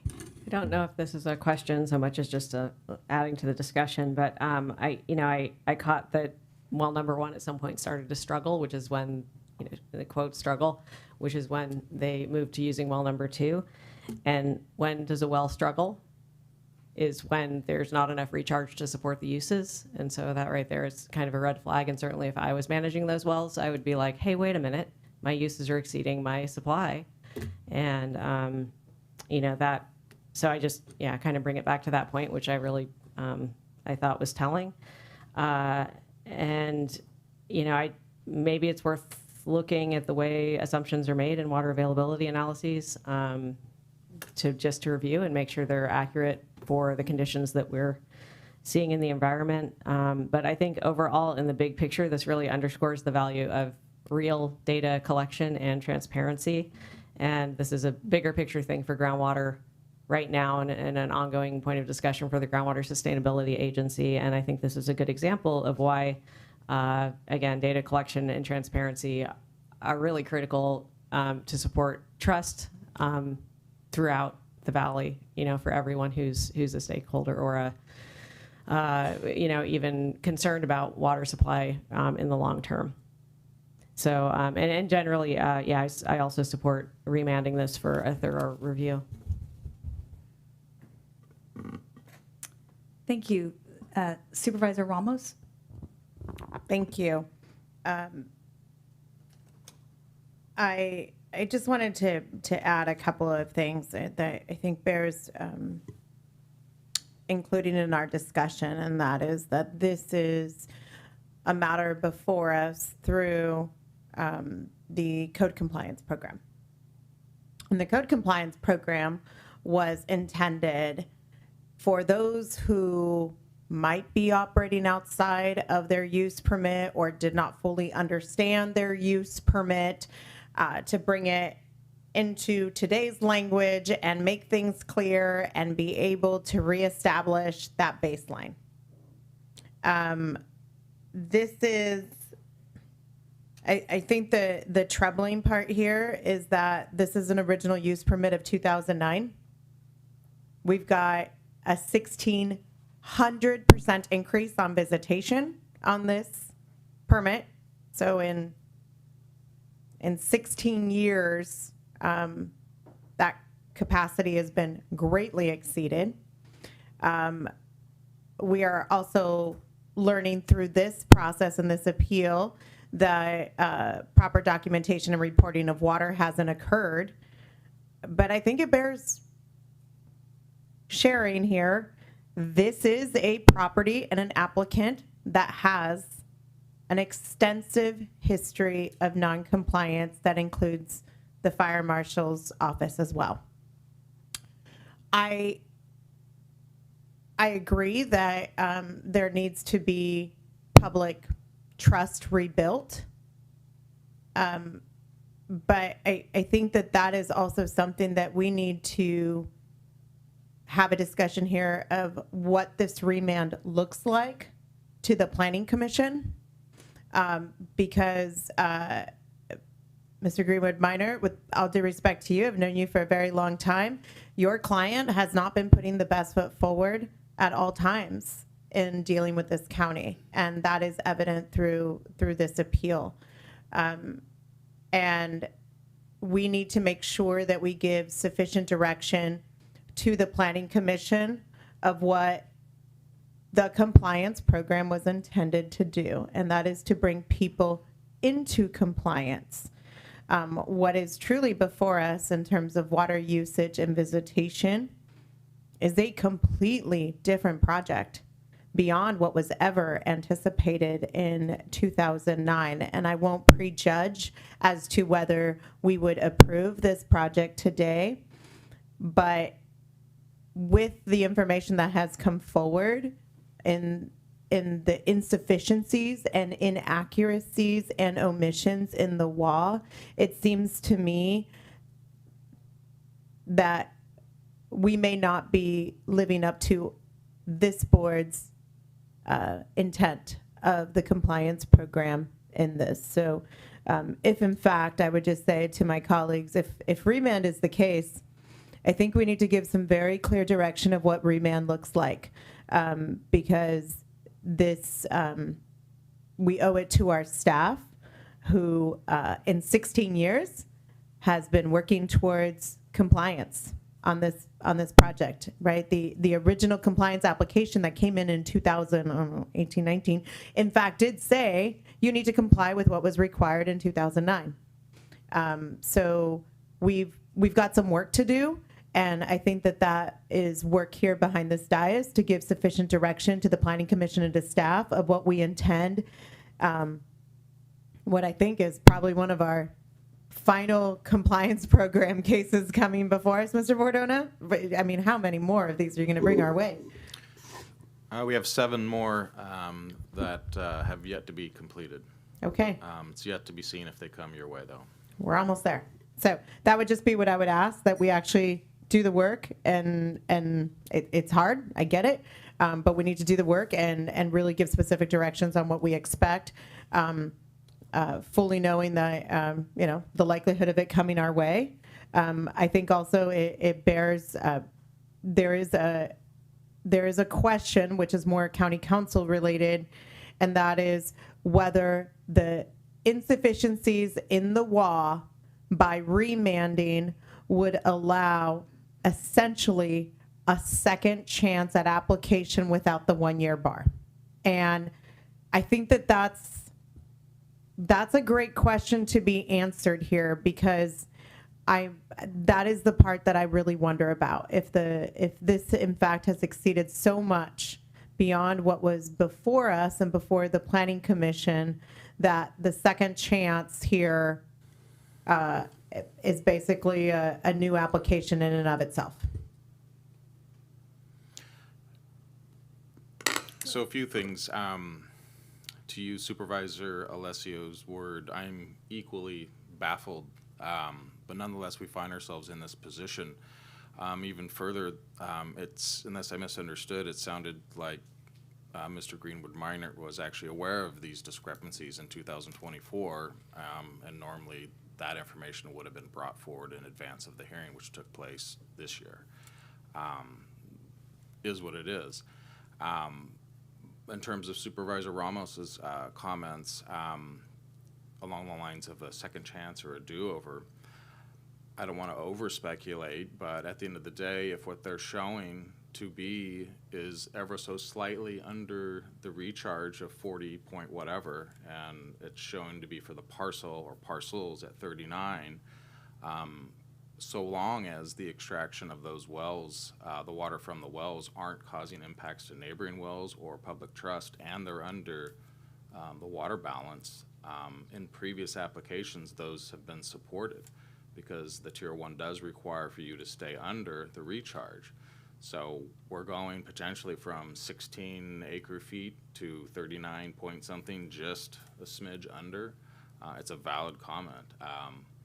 So where it goes is yet to be seen. If we go straight with what I kind of outlined, that's a potential result in terms of the ultimate conclusions reached in the WAA. We are going to have the revised WAA peer-reviewed by Ludorf and Scalmanini. As part of that, we could do a compare and contrast between the entitled water use and the impacts associated with that, if there are any, and those relative to now what appears to be a 39 point whatever acre feet water use. The board, of course, has the ability to direct staff and the commission to approach this in any other way along those lines, to kind of put some bookends on it. It is in the code compliance program. I'd have to defer to Ms. Anderson on the details of that and what that enables the applicant to do in terms of the baseline condition that the compliance program allows them to have. But we have options there in that regard. Thank you. So first of all, I want to thank all my colleagues. I really appreciate everyone's perspectives here, and I would be supportive of everything that has been said thus far. And thank you, Mr. Greenwood Meinert, for being here today and giving us some of a narrative, helping us understand some of the pieces. I think to Supervisor Gallagher's point, there's still much that is not clear, that we don't know and need more data and clarification on. And Supervisor Alessio, your point about trust is so important for us all going forward. So a couple of things I want to frame, and Supervisor Ramos, you made this point very well, that this project has come to us in the compliance program, and it was out of compliance in significant ways, but the point of the compliance program was to bring things back into compliance. As a planning commissioner, I was part of many decisions, approvals of projects that came through the compliance program.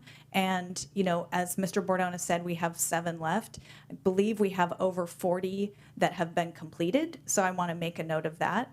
I know no other project that came to us that was this far out of compliance and asking for this extent of expansion of entitlement. So that is the background context here, which I think is important, because a large expansion means more water too, which then brings us into the importance of an accurate WAA and the importance of a clear understanding of water use on the entire parcel. And one of the things I know as a planning commissioner, we would often be looking at what's the water use for the winery, but needed an understanding of water use on the entire parcel, which I think is given all the factors here. We have the winery, we have vineyards, we have an irrigation pond, we have a home, we have landscaping. I think we need a real clear mapping of all of this. So that's important. And, understanding where the discrepancies came from or what they are is important. Ms. Hedge, you pointed out there was the discrepancy between the post data decision that was submitted for well number 2 and the WAA. It's my understanding that there was also discrepancies between what's in the application and what was reported to the state. So I am not even comfortable limiting what we understand to be the discrepancy. So, which brings us back to the point about what our next steps are. And I mean, because there's so much that's messy here and confusing, my first instinct is I do support a remand. And I understand that we can't just do a remand for total reconsideration to the Planning Commission, but we can, in asking for them to produce an advisory report, ask them to make their look at this as expansive as possible, to understand, because to me, the WAA is a foundational requirement to any new entitlement, because it tells us how much water is available for all the operations happening. So to me, it really, it's the, is it the horse pulling the cart? I think so, in terms of setting production, visitation, marketing, all those kinds of pieces and need to flow from what's available. So I guess I would turn to staff and ask for your direction, given what it sounds like there's a lot of alignment from the board on some of the things they want to see going forward. Madam Chair, before we get to that, is it okay if we have Bill McKinnon on the line, and I think someone that wants public comment? Yes, and because we reopened the public hearing, we can go ahead and take. Yeah, thank you. Would this be the appropriate time? Or would you like to wait for staff? I'm seeing the nod from staff. They're okay having him go first. So, okay. Good morning, Mr. McKinnon. Morning. I'm pleasantly surprised at being able to speak to you, quite honestly. I was not given the benefit of a pre-hearing conference, which, as you all know, is mandatory. I was not given the benefit of being allowed to submit or seek leave to submit additional evidence, which you all know is mandatory. I was not given an opportunity to put in a PowerPoint, which, as you know, is mandatory. I wasn't offered the opportunity to speak after the appellant spoke, or rather after the applicant spoke, which is also mandatory.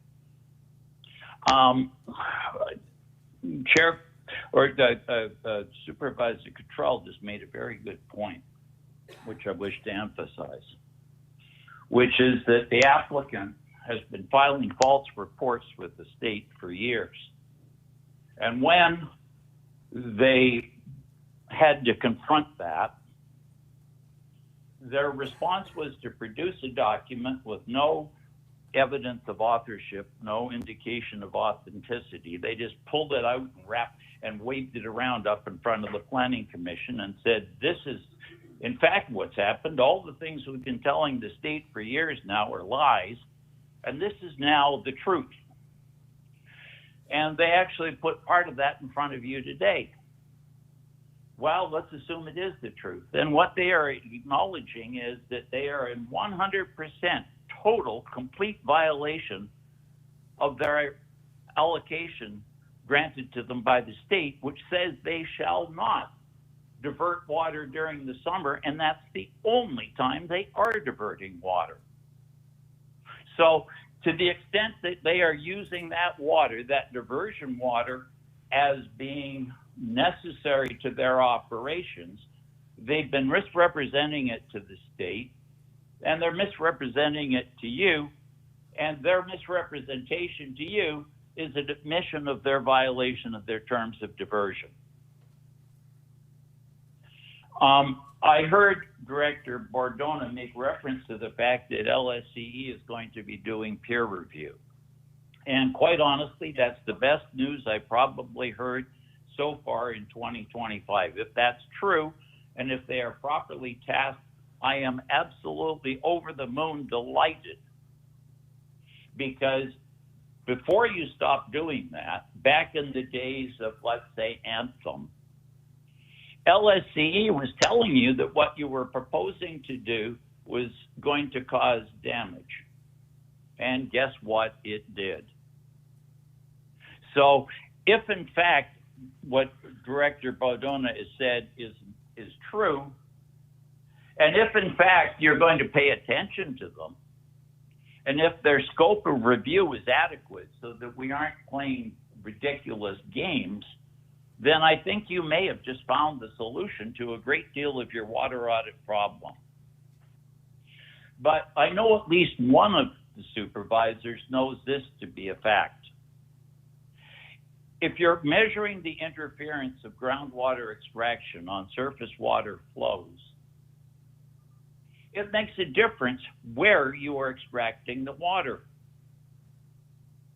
In Duckhorn, for example, initially they were subtracting it 35 feet away from the bank of the river. In the revised program, they came back at 350 feet, and it made a big difference in terms of the calculation. In this application, they're playing a game of hide the ball. They have no idea where they're going to put the well, but that, of course, is also a misdirection in that there are two wells. And in a public trust inquiry, you have to go back and say, is the existing operation causing problems as well as the proposed future operations? The idea that you can somehow ratify past injuries through your process is just a complete misunderstanding of the public trust doctrine. And I believe a complete misstatement of the way that your own counsel has expressed your duties to the public trust doctrine. Your own statement on this matter says that you have to consider existing uses. So you don't have one well, you have two wells. You don't know where either one of them is going to go. So thank you for your time and for allowing me to speak. This is I quite honestly, you have but one choice according to your own procedures. You grant our appeal, and then you remand. You don't remand and ignore the fact we have an appeal. You appeal, and then you remand. And if you choose to do something else with respect, I don't believe you're following your own ordinances. Thank you very much for your time just listening to me. Thank you, Mr. McKinnon. I'm going to turn to, I know Supervisor Ramos had, did you have a question? No, Supervisor Manfrey, sorry. That was... Yeah, just following on with this, the recommendation to provide more guidance for staff is that this project seems like one, and also acknowledging your comment that it's one of the more, or maybe the most extreme case of a project being out of compliance with their existing permits. This seems like something we're looking at this through a lens of sustainability might be really helpful. Sustainability is generally spoken of very highly and just kind of a pervasive goal throughout the community. And this seems like a situation where in the pursuit of providing people with an experience that is fantastical in a lot of ways, that the site may be exceeding the means that it can sustainably operate the activities they're, trying to provide. I mean, that's just kind of like in the big picture, what this, I don't even know how to wrap that up, but that's just kind of the gestalt of it. And, as far as a site should be sustainable, just by virtue of not taxing shared resources, this is perhaps a really good example of a project that that would do well to seek sustainability. Thank you, Supervisor Manfrey. So I will hand it back over to, I will go ahead and close the public hearing. And, Mr. Greenwood Minor would like to still speak too. So I will let him return to the podium. I have to respond to Mr. McKinnon. First of all, I will give you the opportunity to make a brief rebuttal. May I? Thank you. First of all, Mr. Bordona, what I understood in 2014 was that they were not using the pond as the primary source for irrigation water. That was the issue that was corrected. I didn't have well number 2 data at that time, or we would have fixed that back then. Wish that we had. With regards to Mr. McKinnon's comments, first of all, nobody's hiding the ball on where we're putting well number 1 when we get the opportunity to move well number 1. It's extremely well documented in our application materials, and that was covered exhaustively at the Planning Commission. I even walked Commissioner Brooks over so he could look at the area where we're going to put well number 1. So everybody knows where well number 1's going. Nobody's hiding the ball.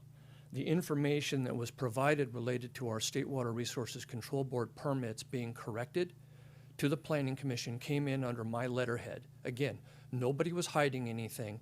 Mr. McKinnon found an issue. We immediately addressed the issue. Those revised and corrected reports have been up on the State Water Resources Control Board's website for 2 months now, and he knows where to go and find those if he wants them. That's it. Thank you. Thank you. So closing the public hearing, turning it back to staff for some response and direction moving forward here. Thank you, Chair. I just wanted to respond to the assertions that Mr. McKinnon made. He will have an opportunity for the pre-hearing conference with the chair and the parties. We are not at that step yet. We feel that the remand should happen first, and that the board should have the benefit of corrected, accurate information before we proceed with the appeal hearing. But Mr. McKinnon can rest assured that he will have an opportunity to attend the pre-hearing conference, submit a PowerPoint, and additional arguments. And also, maybe he wasn't on the line when the chair opened the hearing and invited Mr. McKinnon to have the first opportunity to speak. Thank you. Thanks for responding to Mr. McKinnon. So the other set of questions, one of them was, we don't have the option to hand it back to the Planning Commission for full reconsideration, but in the request for the advisory report from them, we can ask them to weigh in on what impact any new WAA has on their determination of the appropriate scope of the entitlements, and as well as any additional conditions of approval that they would recommend. Correct. The appeals ordinance was revised in 2020, and the option for remanding a matter to the Planning Commission for full reconsideration and final determination when both Supervisor Gallagher and yourself were on the board was eliminated from the code. So now the remand is purely for an advisory report from the Commission. Supervisor Alessio. Thank you. This morning we shared a proclamation to Mr. Hanna, who received a Lifetime Achievement, and something he said is caught my attention in this moment. And he said something to the effect of, one thing hinges on the other. It's all interconnected. And when we look at the valley, we look at the industry, we look at what we're doing here, we need to look at it in a holistic way. And I think this is evidence of that we really need a broad scope and lens as we look at these, these kind of applications. And one thing and with that in mind, and again, I'm new at this, I'm learning, I feel like we need all the data and all analysis that's available. We need the water availability analysis. We need the water usage analysis. We need to know what's happening to the wastewater, have analysis on the wastewater, because it's all interconnected. And we really, I think that's our job here, is to make sure we do have the data. And frankly, if the data's not available, I'm cautious how far we can move forward until we have data that is available and we have a true baseline. But I'll leave that up for the Planning Commission to ask those questions, and for our good staff, and thank you for your work on this, to continue the work on this. But let's look at a holistic way with those requested. Thank you. Thank you, Supervisor Alessio. Are there other comments from the board at this point? And I would ask staff, do you feel like, I know I will ask for a motion here, but are there specifics that you would, given what you've heard, that we should be including in the motion at this point? No further detail beyond what's already been said. I feel we have clear direction, and so, no. Okay, great. Then I will I will invite my colleagues to make a motion here.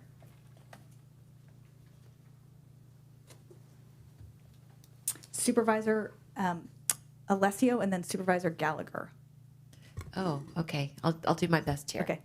Or do you want to have? That's okay. We'll see how I do. Okay.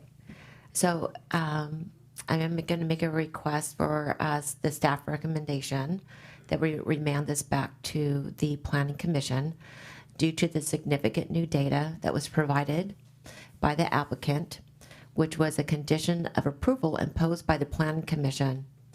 And as I mentioned, for the further analysis of the water availability analysis, the water use analysis, and wastewater analysis, and all other analysis needed, for the Planning Commission to provide an advisory report back to the Board of Supervisors. How was that? I think that covers it. Supervisor Gallagher, did you have a? Yeah, I think I just wanted to make sure that we give the Planning Commission the broadest, ability to address any issues that arise out of the WA, because we've got CEQA, we've got, public trust, all of that. But I just want to make sure the motion is sufficiently broad, and I think that if you nod your heads that it's sufficiently broad, then that's great. And I'm happy to second it. All right, thank you both. Motion by Supervisor Alessio, second by Supervisor Gallagher. All those in favor? Aye. Motion passes unanimously. Thank you. I'm going to continue just, if anyone needs to just step out, go for it, but we will continue moving forward. And we are now on item, I'm finding my agenda here. 10A. And this is an administrative item to appoint an applicant to represent the city of Calistoga and then to choose from one of several applicants to represent the county of Napa on the Napa County Library Commission with the term of office commencing immediately and ending on January 31, 2028. Do we have I'll turn it over to Ms. Hoskins. You have summed it up. We had 7 applicants apply for the county position, so today's action really is to affirm Calistoga's appointment. They passed that resolution for Matthew Reed. We would like the board today to pick one of the applicants listed there. For the county appointment, the commission did make a recommendation, and we would ask the board to review the recommendation and then make the appointment. Thank you, Ms. Hoskins. So I will go ahead and ask for any public comment on this item. Any public comment in the room or on the phones? Okay, then I will bring it back to the board for discussion. Supervisor Ramos. Thank you so much. And with gratitude, it's a great thing to have so many applicants for just one position, and I encourage all to remain engaged. I would like to make a motion to approve the commission's recommendation of Monica G. Connors to serve the Napa County Library Commission. Great. And would you expand your motion to also appoint Mr. Yes. Reed? And yes. And to also appoint Matthew Reed to represent the city of Calistoga and to ratify the council's decision in that. Great. Thank you. Supervisor Alessio.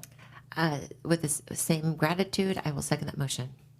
Wonderful. I also just want to give a shout out to everyone who applied. It was a really strong list of applicants too, so I encourage all those applicants to look for other opportunities either at the county, but also particularly around education and reading. Hope that they can find places to offer their expertise elsewhere. So with that, I will ask for a vote. All those in favor? Aye. Any opposed? Motion carries unanimously. Thank you. All right, that brings us to item 10B, the approval and authorization of agreement number 260050B with the California Department of Forestry and Fire Protection. And good morning, team. And I will ask for a staff report, and then we will go into public comment. Good morning, Chair and members of the board. J.R. Rogers, Fire Administrator, and here today to present the 2025 Cooperative Fire Protection Agreement between the County of Napa and CAL FIRE, and I'm joined by Chiefs Matt Ryan and J.C. Greenberg to assist with any operational questions that we may have. This agreement continues our long-standing partnership with CAL FIRE that dates back to 1932, providing full-service fire protection across the county's 7 full-time staffed stations and 14 volunteer fire stations. The agreement spans 3 years from July 1, 2025 to June 30, 2028, with a not-to-exceed contract value of $64,676,440, and to be specific, 0 cents. This includes cost sharing with the town of Yountville and the Veterans Home, with the Napa County share being approximately $14.86 million in the first year. And with conservative fiscal planning and expenditures as well as billed actuals, the fire department and this agreement has historically come in under budget. In this new agreement, we're implementing 4 targeted staff changes, the first of which is replacing 2 administrative positions with a single analyst, which is a cost savings, the option to promote a financial analyst to improve workflow, adding a fire equipment manager to oversee our 97 pieces of rolling equipment, and adding an SSA to support fire investigation services in the LRA, which then unlocks us access to CAL FIRE's Fire Prevention Bureau, covering gaps that we currently have in fire investigation. So these 4 changes will be offset by an anticipated savings of approximately $660,000 due to CAL FIRE's new and updated Amador seasonal staffing model, which moves from from 6 months now to 9, which then creates a year 1 increase of approximately 1.2%, which is very, very small. Years 2 and 3 are currently budgeted for 5% increase, with an actual coming in at that fiscal year break. So this agreement that we have before you ensures uninterrupted fire protection services across the county, balances operational need with fiscal responsibility, and positions us well for the next 3 years. So staff recommends the approval of the 2025 Cooperative Fire Agreement with CAL FIRE for a 3-year term, bringing us to 96 years together. And I think the chiefs and I are going to try for a 4-year agreement to bring us to 100 after this. So the chiefs and I are here to happy and answer any questions you may have. Thank you, Mr. Rogers. Supervisor Ramos, did you have a question on this item? It was an old light. Okay. Okay. Other questions or comments? Okay, I will go ahead and open the public, or I don't have to open a public hearing, but I'll take public comment here. Anyone in the room or on the phones? Okay. So I did have a question on, I think it's let me go back and check. Page 29, there's a $30 million number and a reference to a 25-26 budget. And is that number, that's not what we're paying per year. So I'm wondering if that's with the addition of the vet's home piece, or any indication about what that number means? Yeah, so page 28 and 29 are an exhibit, basically as a part of the agreement to show what the operational budget is for the fire department that the county is providing in addition to this agreement, or along with this agreement. So this has all of our fire apparatus purchase, all the different equipment needs that are outside of this particular agreement, which is primarily for the personnel. So this is ultimately the overall budget for the fire department, which this agreement is included in. Got it. Thank you. And I think I just would point that number out to my colleagues, because this is such an important thing for us to be spending our dollars on, and it's a lot of dollars. And we don't have a long-term strategy to support the fire fund at the level that we need to. So that is a conversation for another day. But I think it's worth acknowledging as we enter into this contract. So if there are no other questions or comments, I will go ahead and ask for a motion. Supervisor Ramos. I will go ahead and make a motion with gratitude for our longstanding relationship. I too hope we make it to 100 years. We appreciate the delivery of helicopters to sweeten the deal yesterday. And that's my motion. All right, that's a motion by Supervisor Ramos. Is there a second? I'll second. Second by Supervisor Manfree. All those in favor? Aye. Motion carries unanimously. Thank you, guys. Thank you. All right. We are now moving to item 10C, where we will receive a presentation on code compliance, the Code Compliance Division's annual update. And just a reminder, before I turn this item over to staff, I'm stalling for you, Mr. Dooley.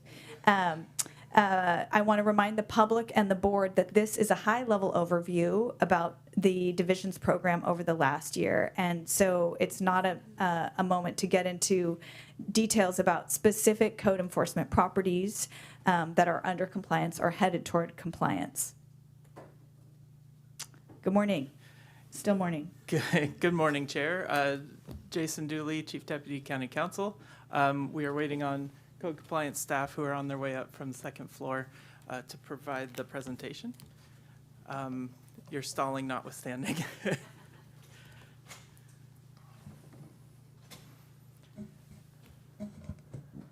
We moved too quickly. Madam Chair, may I say something? Yeah, of course. Mr. Dooley, is that a trapper keeper? It is. It Yeah, is a those in trapper high keeper. school. Yes. That's awesome. I like to tell people it's retro and not vintage. It was not one from when I was younger. It was bought at Target a few years ago. So. That was very observant, Mr. CEO. Thank you.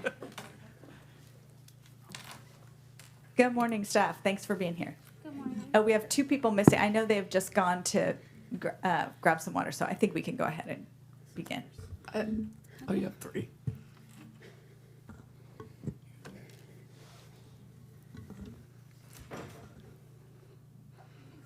You can go Okay. ahead and start. Yeah, thank you. Thank you. Good morning, Chair Cottrell, members of the board. My name is Akenya Robinson Webb.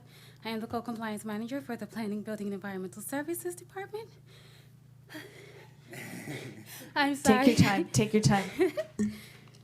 We can talk about Mr. Dooley's Trapper Keeper for another.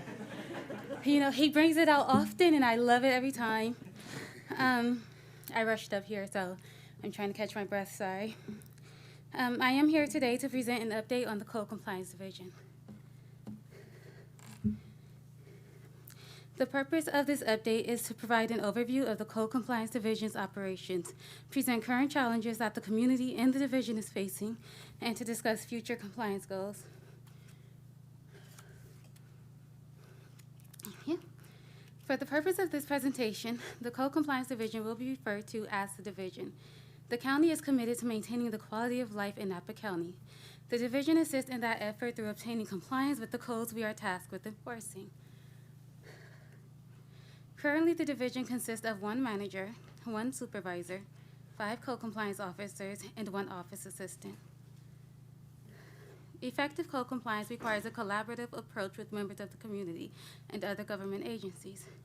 The division takes a team approach and have a strong collaborative relationship with agencies such as the Sheriff's and Fire Marshal's Department, County Council, the Department of Fish and Wildlife, and other PBS divisions. So what do? The division responds to complaints regarding property nuisance, engineering, violations of the zoning code, conservation regulations, and building code, among others. Can you go ahead? One more? Yeah. So I wanted to provide a few examples of some of the things that we're seeing out in the field.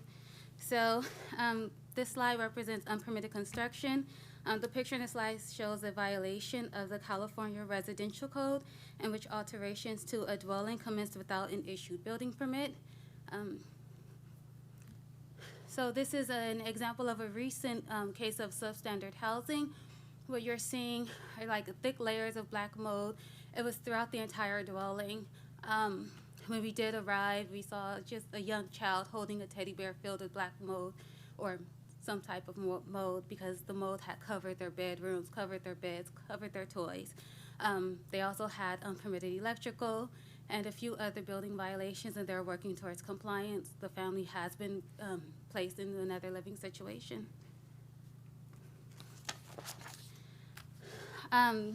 This is substandard property maintenance. This case was actually referred to us by our Sheriff's Department, our POP team, and what you're seeing is a lot of debris that it invites and it creates an ideal environment for rodent infestations, and it contributes to unsanitary living conditions.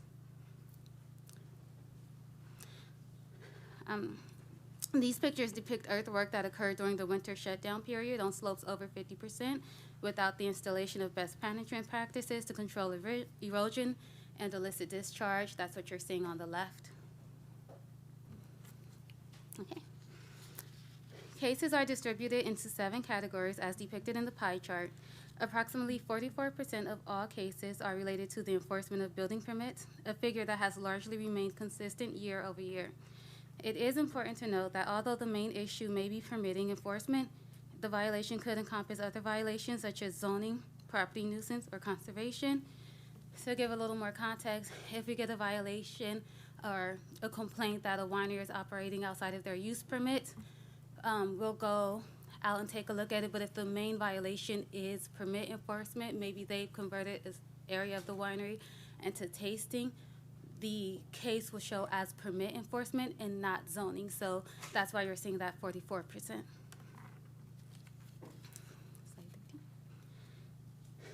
During the 2024 to 2025 fiscal year, staff accepted permits for over $4.7 million in unpermitted construction. As a result of that permitting, over $616,000 in permit fees were captured, of which approximately $407,000 were assessed as investigation fees. These statistics were gathered on June 3rd, so the actual totals may be higher. The division is currently not tracking for non-construction permit fees, such as planning or engineering permits. The division is mostly reactive, with most cases being initiated by members of the community. Complainant information is kept confidential. Community members may submit complaints online, in person, via email, or phone. The division takes a proactive approach to violations that involves building, life safety, or environmental hazards. Cases are not responded to in the order of which it is received. Instead, each case is assessed, then assigned a priority based on the information that is available at the time of initiation. The board adopted 6 priority categories, which the division groups together into one of the 3 priorities as shown on the slide. Priority 1 and 2 cases will be addressed first to ensure public safety and mitigate the effects of environmental degradation. The compliance process was created to encourage voluntary compliance. Once an investigation is complete, the responsible party is issued a notice of apparent violation that gives them a deadline to correct the violations before enforcement actions are taken. Deadlines may be extended on a case-by-case basis. There are various enforcement actions the division can take, such as issuing citations or referring the case to county council. County staff makes every effort to work with the responsible party to achieve voluntary compliance. The pictures in this slide demonstrate voluntary compliance. The owner of the property was informed that the dwelling presented a hazard and nuisance. The owners intended to demolish the structure. They completed their demolition permit without the need for staff to take enforcement action. Many of the Code Compliance Division's achievements reflect the PBS Department's commitment to process improvement. The most notable achievements for the division during 2024 to 2025 were the implementation of new technology solutions and updating the division's policy and procedure manual. These steps were made to enhance operational efficiency. Additionally, the division launched new FAQs and created additional educational documents for the community. During the 24-25 fiscal year, the division and the community faced several challenges, including navigating code compliance with the new property owners, responding to non-jurisdictional complaints, the use permit compliance program, and roosters. One of the key challenges is the growing trend of property owners acquiring properties without fully understanding the existing or potential code violations that may be present. California Civil Code 3483 states that every successive owner of property is liable for any continuing nuisance created by a former owner, as long as they neglect to abate it. In short, a new property owner can be held responsible for a nuisance even if they didn't create it. Correcting violations can be expensive and time-consuming. The division has taken steps to engage with real estate groups to provide education. However, the initiative was not well received. Staff created educational materials and is currently taking steps to quantify the number of property owners affected by uninformed purchases so that we can properly strategize how to address this challenge. The division has seen an increase in non-jurisdictional complaints. These are typically complaints where code compliance does not have regulatory authority. In these cases, staff will try to assist by connecting complainants with the regulatory authority. When working with complainants, staff maintain transparency about our limitations and the scope of what can be addressed. In every case, we prioritize education, collaboration, and communication. On November 13, 2018, the board directed staff to establish the Use Permit Compliance Program, offering use permit holders who were out of compliance a chance to modify their permits and continue operations. The deadline for applications was March 29, 2019, and the county received 47 submissions. To date, 38 have been completed, while 9 remain unfinished. Since its launch, applicants have faced significant challenges, including wildfires, a global pandemic, and drought. While many have successfully navigated these obstacles and modified their permits, some continue to operate without meeting the necessary requirements despite ongoing staff efforts. The Code Division, in close collaboration with the Sheriff's Department and Agricultural Commissioner's Office, has worked extensively to eliminate the raising of roosters for cockfighting and the nuisance associated with raising roosters in residential neighborhoods.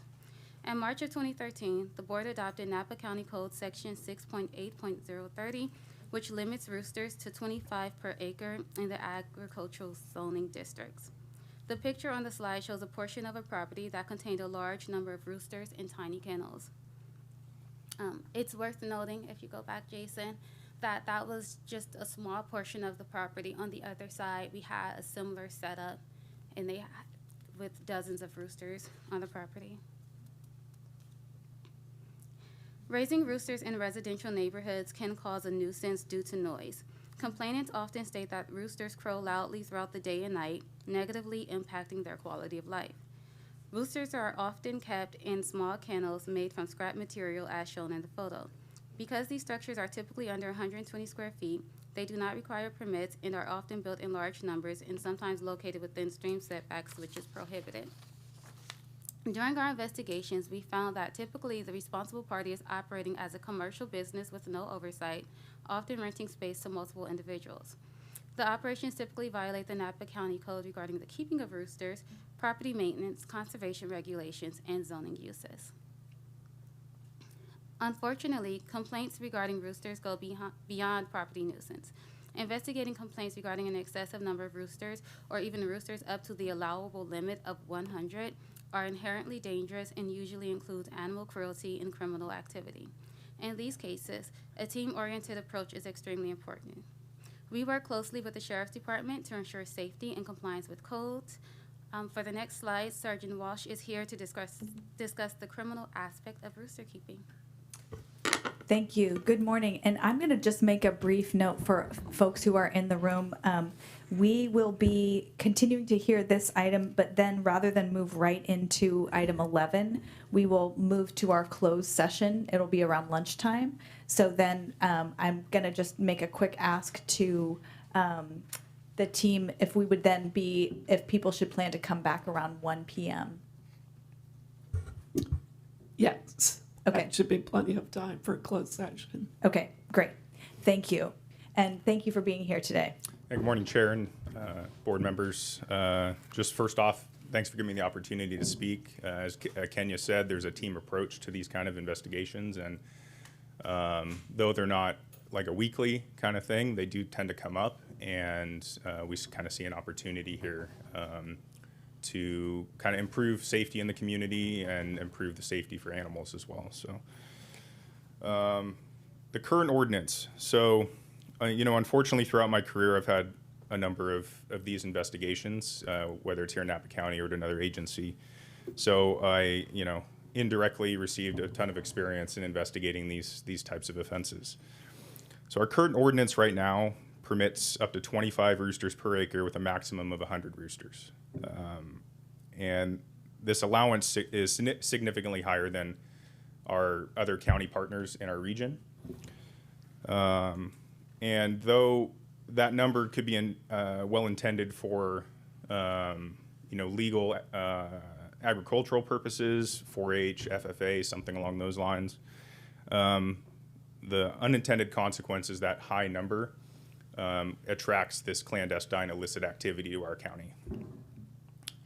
So why it matters, cockfighting itself is illegal in all 50 states. It's identified in California as being illegal, and it falls under, in the penal code, animal cruelty. The high number of roosters allowed makes us a potential hub for this activity. These operations are able to come in and see that they can have up to this many amount of roosters. And if our numbers were tighter on that, it wouldn't be an option for them. So beyond animal cruelty, cockfighting operations are linked with a lot of law enforcement issues, other legal issues, alcohol consumption, drug use and sales, and weapons possession and weapons dealing, on top of the gambling that goes along with the actual organized events. So to touch kind of a little bit on safety and what Kenya had mentioned before, a lot of these complaints come either to the POP unit at the sheriff's office or through code regarding noise, right? It's the roosters themselves are not kept in a manner or fashion that a typical breeding operation would be. The roosters are isolated. They're kept in individual cages like the photograph showed. They are physically modified, so they're essentially chickens as a whole have a lot of blood vessels in their head. Their wattles, their combs, so those are shaved off of them. to avoid unnecessary bleeding when in combat.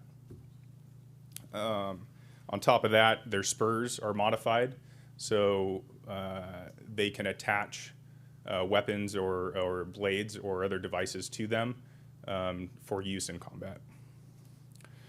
So to kind of brush over a little bit, there is some confusion when it comes to the laws surrounding it. So not only is the organized cockfighting events illegal under the California Penal Code, but also possession and breeding with the intent to be used in those events is also a crime. And so that's what we see more times than not, is these individual illicit business owners developing a breeding operation in order to supply the industry. So like I said, noise pollution, in my experience in dealing with these and dealing with the community members that are complaining about it, these roosters are set up in a way, like our current ordinance addresses tethering, right? So the purpose of tethering is to keep the birds far enough away from each other to where they can still agitate and build aggression, but not actually come in contact with each other so they can avoid unnecessary injury. The public health concerns is another big thing. And it's not something necessarily from a law enforcement side I've really thought about, but discussing with code enforcement and some of the environmental health sides of things.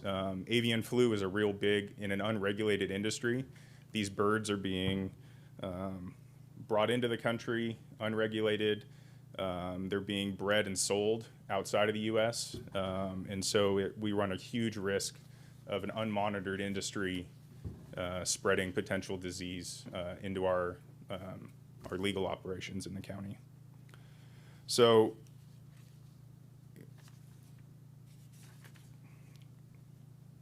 kind of in conclusion here, what the sheriff's office goal is public safety, right?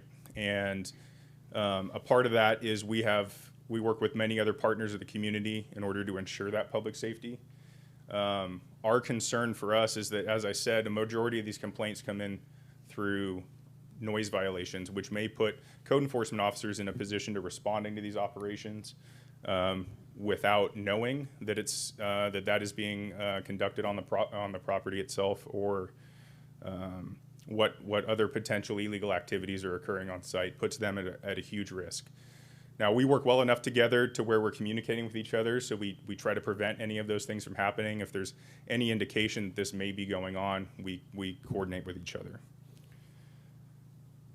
So from the sheriff's office perspective, we recommend reviewing and tightening that rooster ordinance to align with our other counties surrounding us and really the region itself, to kind of have a united front to say, hey, we're not going to tolerate this kind of activity in our community, and we're definitely not going to create a situation that's going to promote it.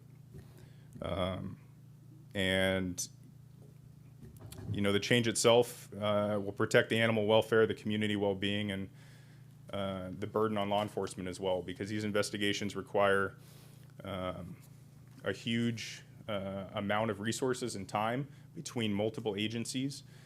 We recently conducted an investigation. I can't go into too many details on it because it's still ongoing, but it required weeks and weeks of surveillance, coordination with multiple agencies, the community itself, fielding the calls, trying to assure the community that we were investigating, we were doing something about it. But it takes time, and we used our investigations bureau, we used our NSIB, our narcotics bureau, in order to try and come at this from a larger perspective and a holistic approach. And it was successful. We were able to obtain a search warrant for the property, make sure that the animals were removed, that had been modified and were clearly being used for that purpose, and make sure that those animals are safe, and make sure that everybody is safe in the process. So charges are pending at the DA's office for that case right now. All right, thank you so much. Really appreciate that. So looking ahead for fiscal year 25-26. As we look ahead, it's important to highlight the upcoming enforcement efforts that will play a crucial role in addressing ongoing concerns and ensuring compliance. These initiatives are designed to strengthen our commitment to public safety, environmental sustainability, and community well-being, while also adapting to evolving challenges and regulations. Trailers. One of the first initiatives will be through our Neighborhood Property Improvement Program. Through this initiative, we aim to address the rise in trailers being used for human habitation in areas affected by the 2020 fires. This program will help restore safety and livability in these communities while ensuring compliance with zoning and health standards. After the fires in 2020, the county allowed fire victims to obtain a temporary trailer permit, which allowed them to live in trailers on their properties for 1 year while they prepared to build their home sites. For various reasons, some people have continued to live in the trailers full-time since the fires. Some people purchased the properties after the fires and moved in full-time without submitting a building permit application, and some people use them as weekend or holiday campsites.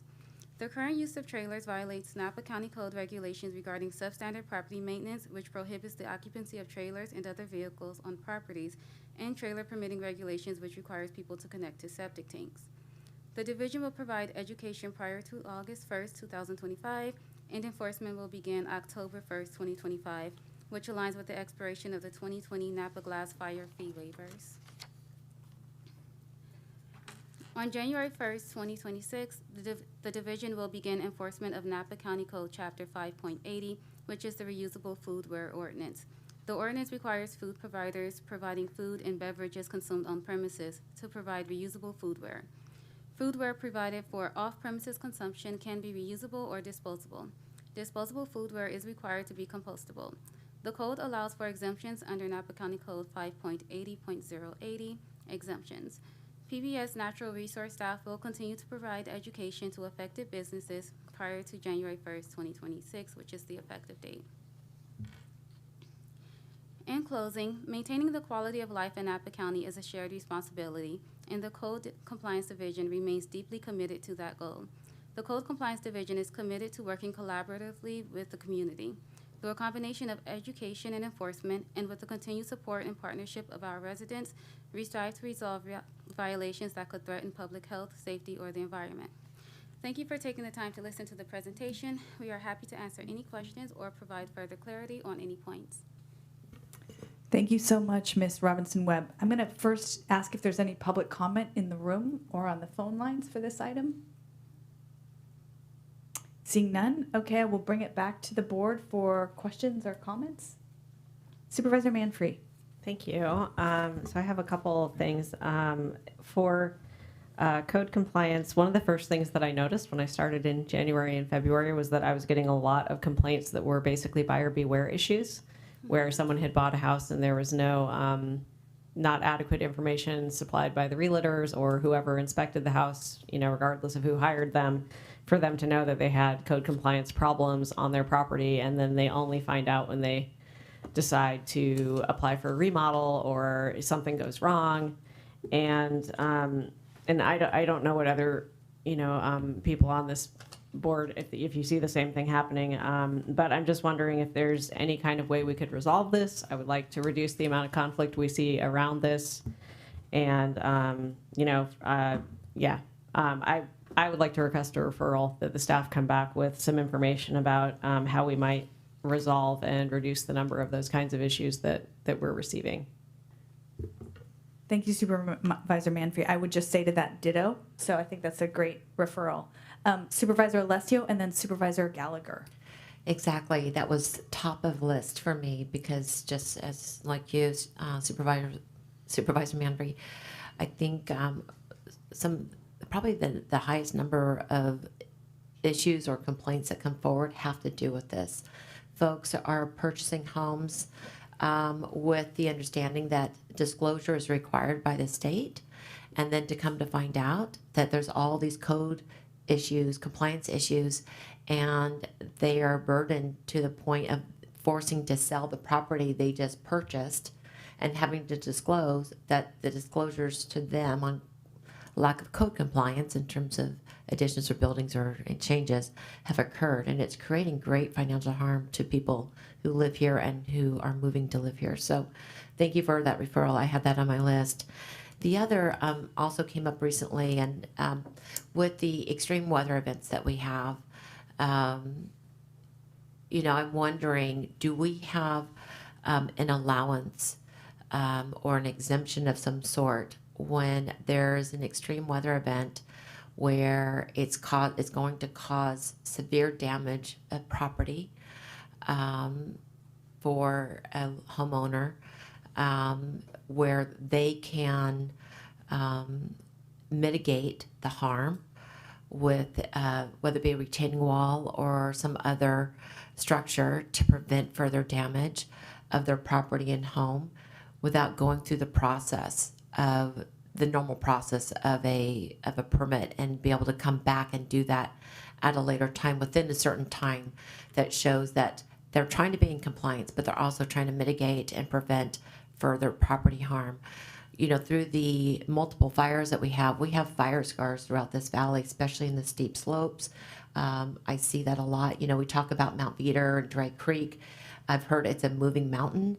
It continues to have slides, and on top of that, with the burn scars and people who've lost homes up there, there are times where homeowners, they're already triggered and they've already been through trauma, and they're just reacting, saying, we've got to get this secure so we don't lose our home again or there isn't further damage.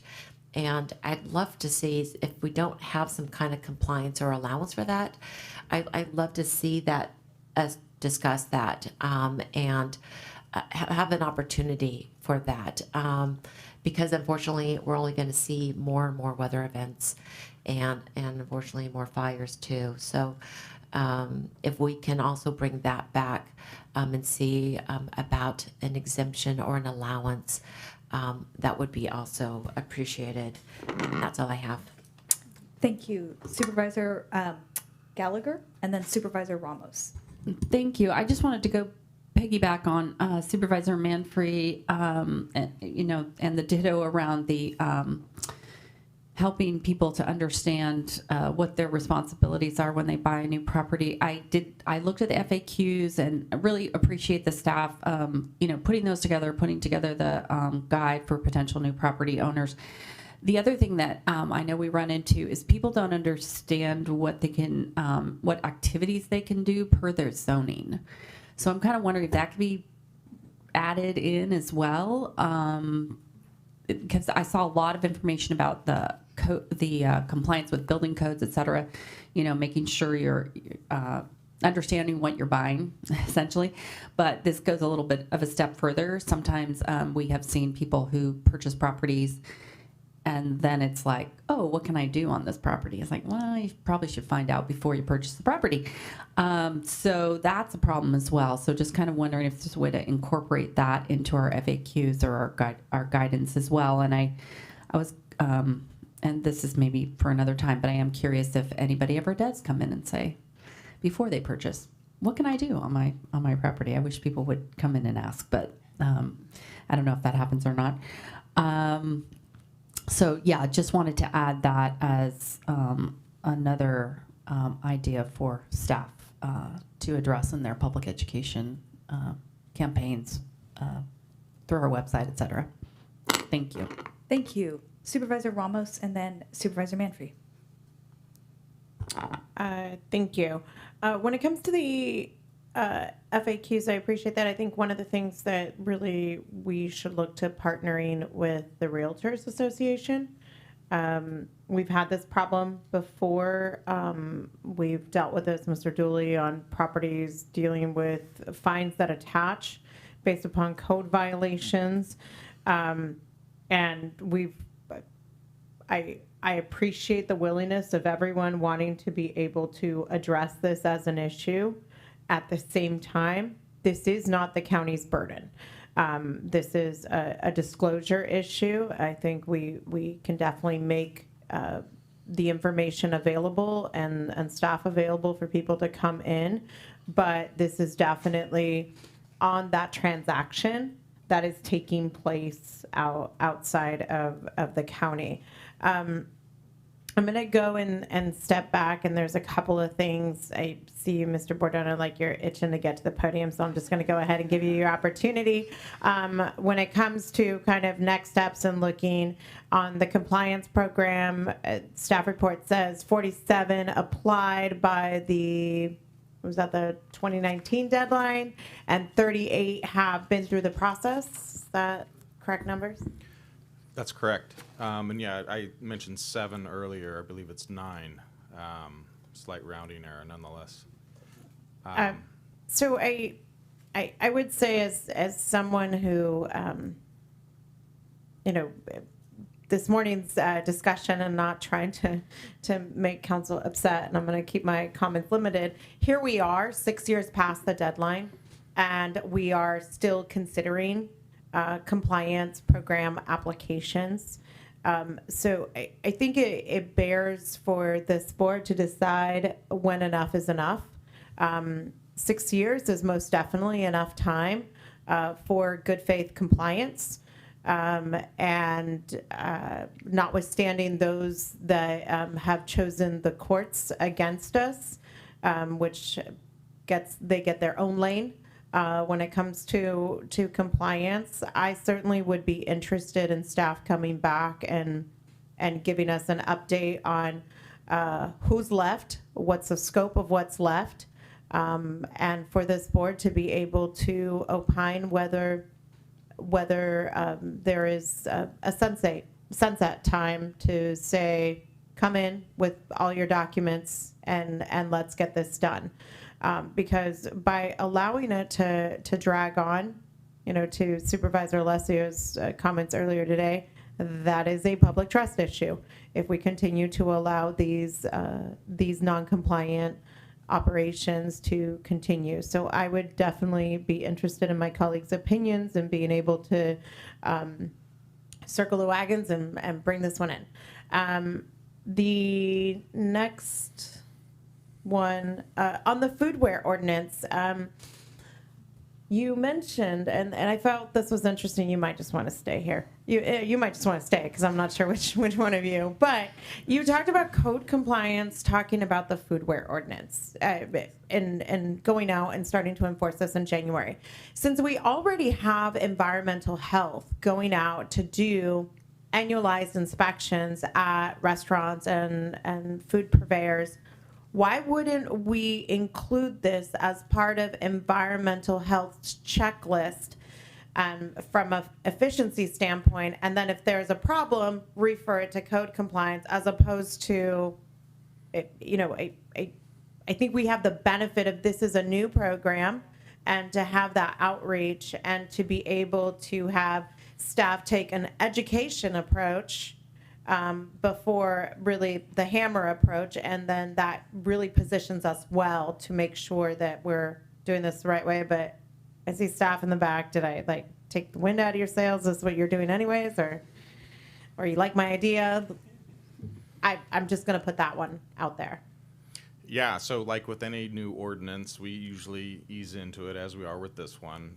It starts with outreach and informing the public about the regulations, how to comply with them. And yes, by all means, we will utilize our EH staff to kind of be the first set of eyes and ears while they're doing their inspections. That's a logical thing to do. And in the event that there's an identification of a violation or anything along those lines with that ordinance, we will begin the enforcement process.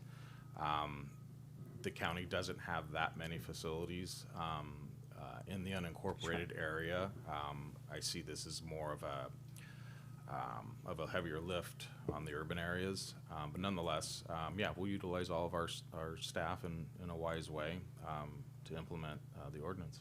Well, I would just ask then, I think that there is an opportunity here for greater collaboration with the cities, right? Since environmental health is the one that is inspecting these food facilities. Maybe it isn't so much as a compliance program as it is just part of our normal operations in environmental health. So that's all I'll say on that one. We have received concerns, and I would be interested in staff's recommendation. You know, there's only so much we can do, but we always can do more. It's just a matter of what we choose to prioritize. But we've received complaints here at the podium regarding the utilization of reverse osmosis systems and the discharge of water. And that is an unregulated operation. I'm sorry, unpermitted use of water. that we're not able to capture. And in particular, in my district, it's happening within the MST, which is a deficient water basin area. So my question to staff would be, what would be some next steps on being able to allow code compliance the opportunity to weigh in on the management of these reverse osmosis systems? I think we would first need to establish some requirements and regulations around them. And so in the event that those are violated, then code compliance would come in. Right now, we don't regulate reverse osmosis systems. In many cases, it's a piece of equipment that you plug into your wall. No electrical permit required for that, so we don't really see them.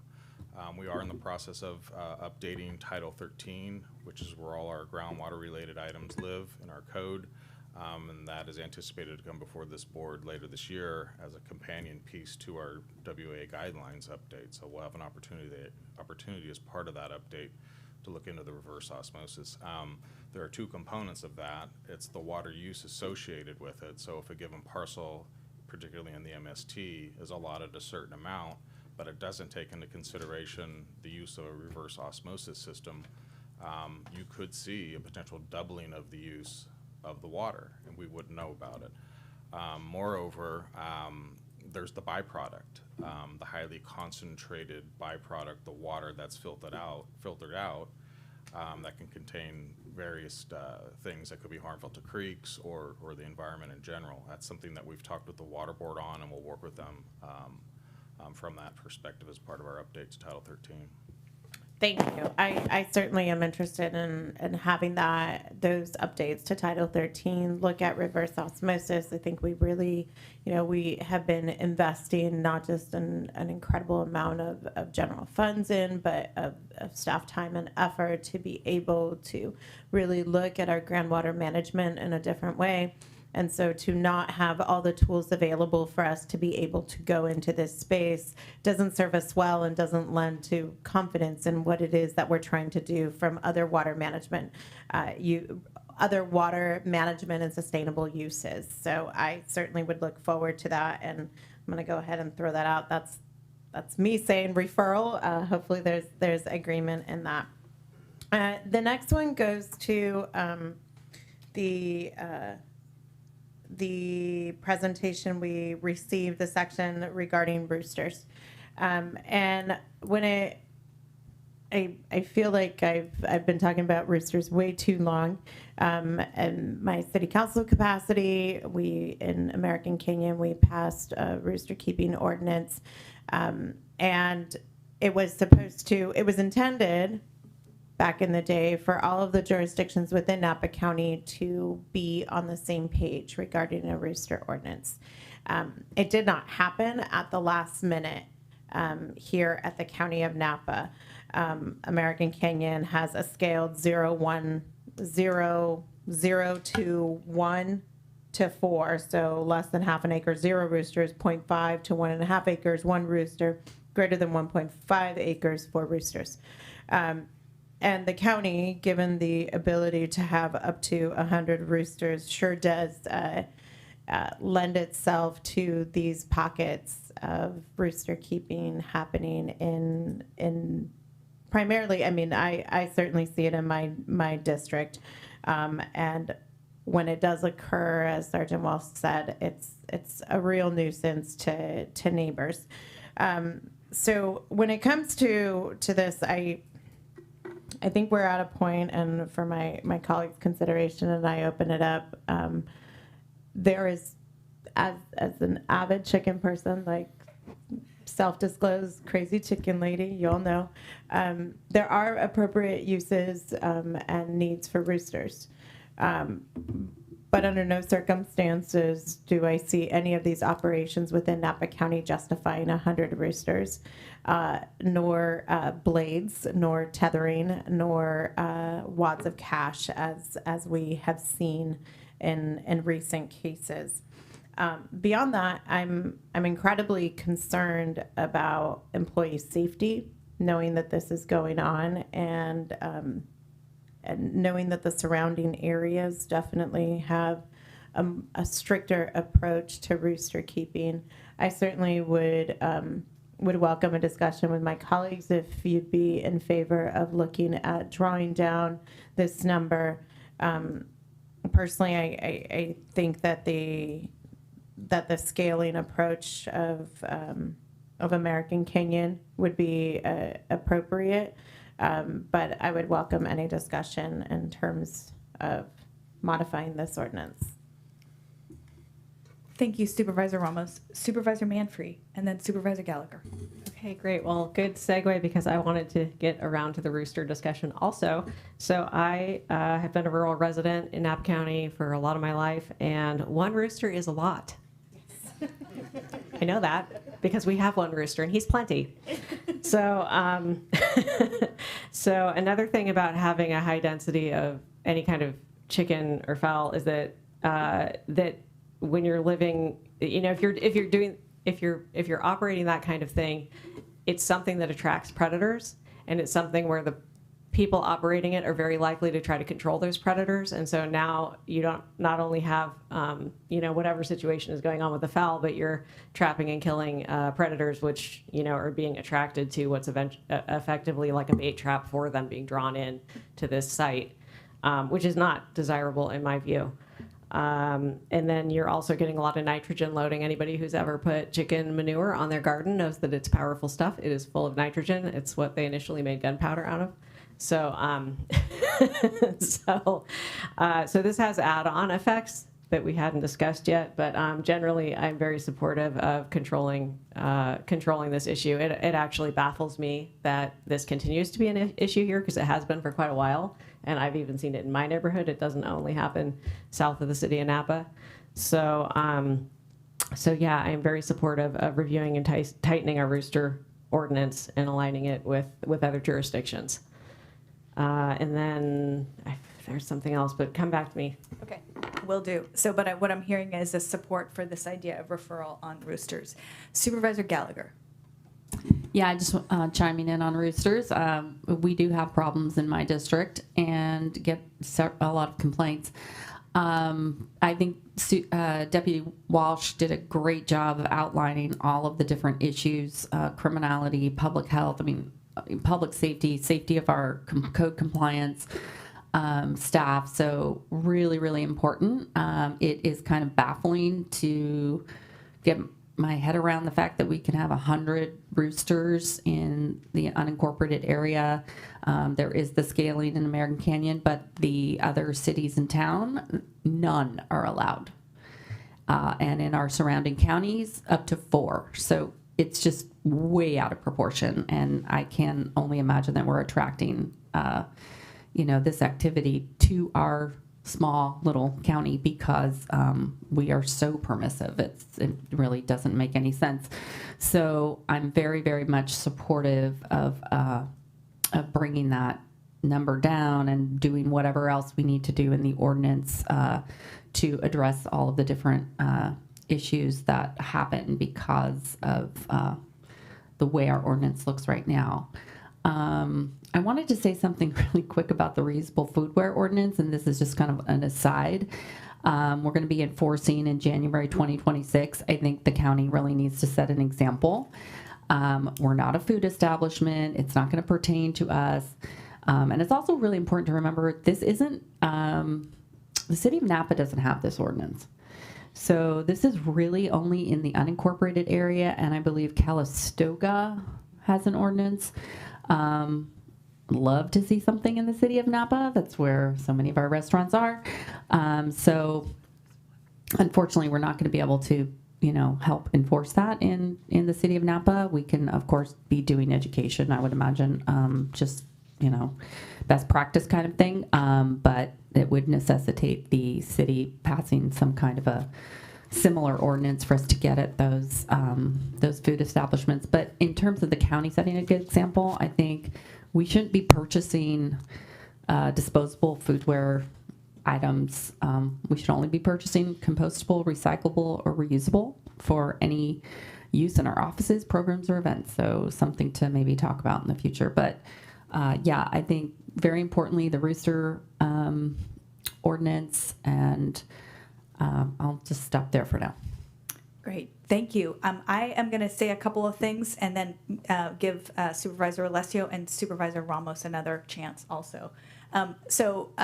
Who knew that this would be there's a whole lot of things we could talk about here.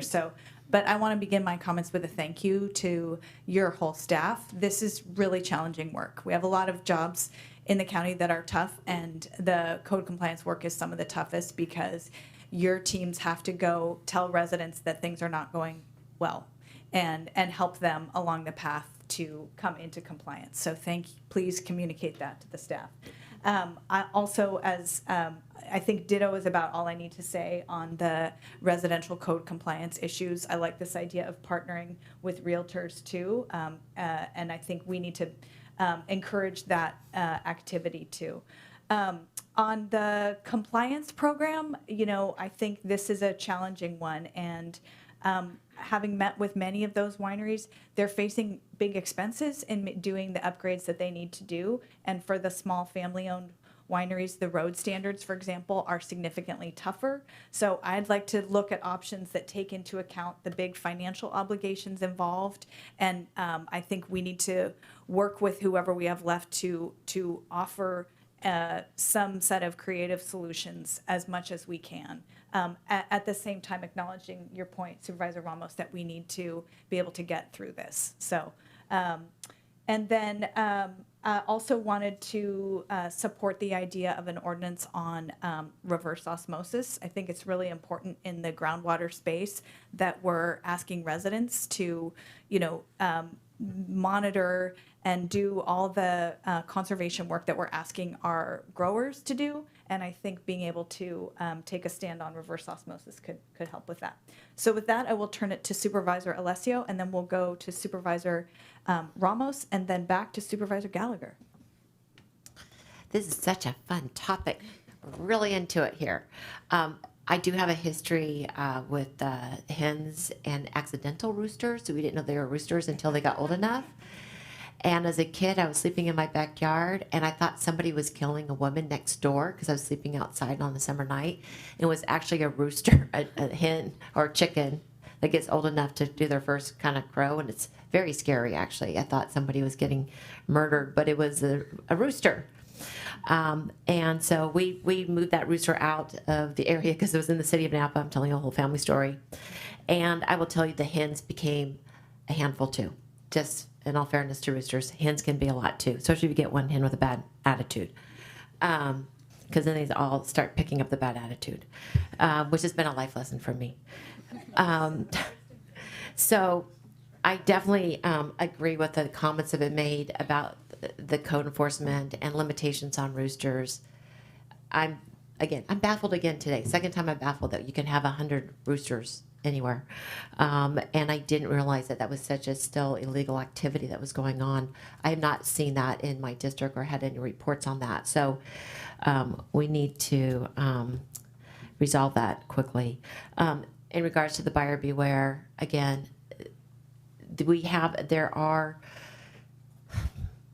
there is disclosure that's required, but there's no teeth to it. There's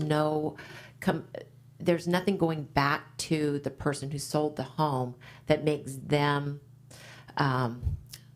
liable for not being to not provide full disclosure. And there are, I believe, some ordinances that we can look into in terms of assuring that home buyers have full disclosure of the property that they're looking at, because we're seeing way too many that are not receiving that, and it's costing them a lot of money and a lot of hardship. So again, it goes back to that public trust issue, and if we can't assume it, we need to ensure that we receive it. So thank you for making that referral. The foodware ordinance is something that's been on the Climate Action Committee. It's been discussed. It was also presented to the city of Napa. If that hasn't been approved, I know it's been teed up, and I know they're in the process of education to all the restaurants, and that's been happening for over a year. And that's going to be part of that's connected to the SB 1383. So there's a connection there on that. So I'm very supportive of the foodware ordinance and moving forward with that, because it's whether I guess it's staff to look at in terms of whether it makes sense that we put the time and effort into it, or if SB 1383 is always, that's going to be something that's going to be included in that, just by virtue of that legislation. I don't know a lot about the reverse osmosis, but I'm very supportive of that too. So thank you, staff, for your report, for your work. I do want to say, last thing, is that, we're a public service agency, and that means customer service and delivery of communications, both written and in person, is very important to all. I'm a daughter of a former retired police officer. He always approached the community because he spent 30 years in the patrol car in the community, going to neighbor, knowing the community, and always approaching it with that kind of level of respect as much as he could until he couldn't. So I want us to be, that public service, to provide excellent customer service in the forms of how we approach people with compassion when we can. Thank you. Great point, Supervisor Alessio. Supervisor Ramos, and then Supervisor Gallagher. Thank you. I was wondering, Chair, if I could ask Sergeant Walsh a couple more questions. Sure, let's go ahead and do that. And let's find out if Supervisor Gallagher had a question for Mr. Berdona. Did you want to? No, I was just going to comment on some of the other. Okay, great. Thank you, Mr. Berdona. Thank you. Sergeant Walsh, what happens when you remove the roosters? What happens to those roosters? So the roosters themselves are seized pursuant to the search warrant, so they're considered evidence until the criminal proceeding has been done. As far as what happens to those roosters after that, I'm not entirely clear on how this county handles it. I do know that evaluations of the birds have to be made on their aggressiveness and whether they can be rehomed. Generally, they cannot because they're very aggressive. So during that time that they are evidence? Right now they're at the animal shelter. So that's an additional cost. Yeah. To us. In that investigation, we seized 14 birds that took up every cage they had available. Okay. So thank you. That was it. I just needed to get that part out. I think in terms of the referral that I'd like to make, I think we also need to look at this from both a safety standpoint, being in line with neighboring jurisdictions so that we don't invite this type of illicit activity. But I also, I think that there's an opportunity for us to do better here. And the better, I think, would be to ask staff to work with the Ag Commissioner's office to ensure that legitimate rooster keeping is an option, recognizing that there are egg producers in the county that may in fact need and want to have roosters as part of the flock, and to look at how we ensure that is allowed.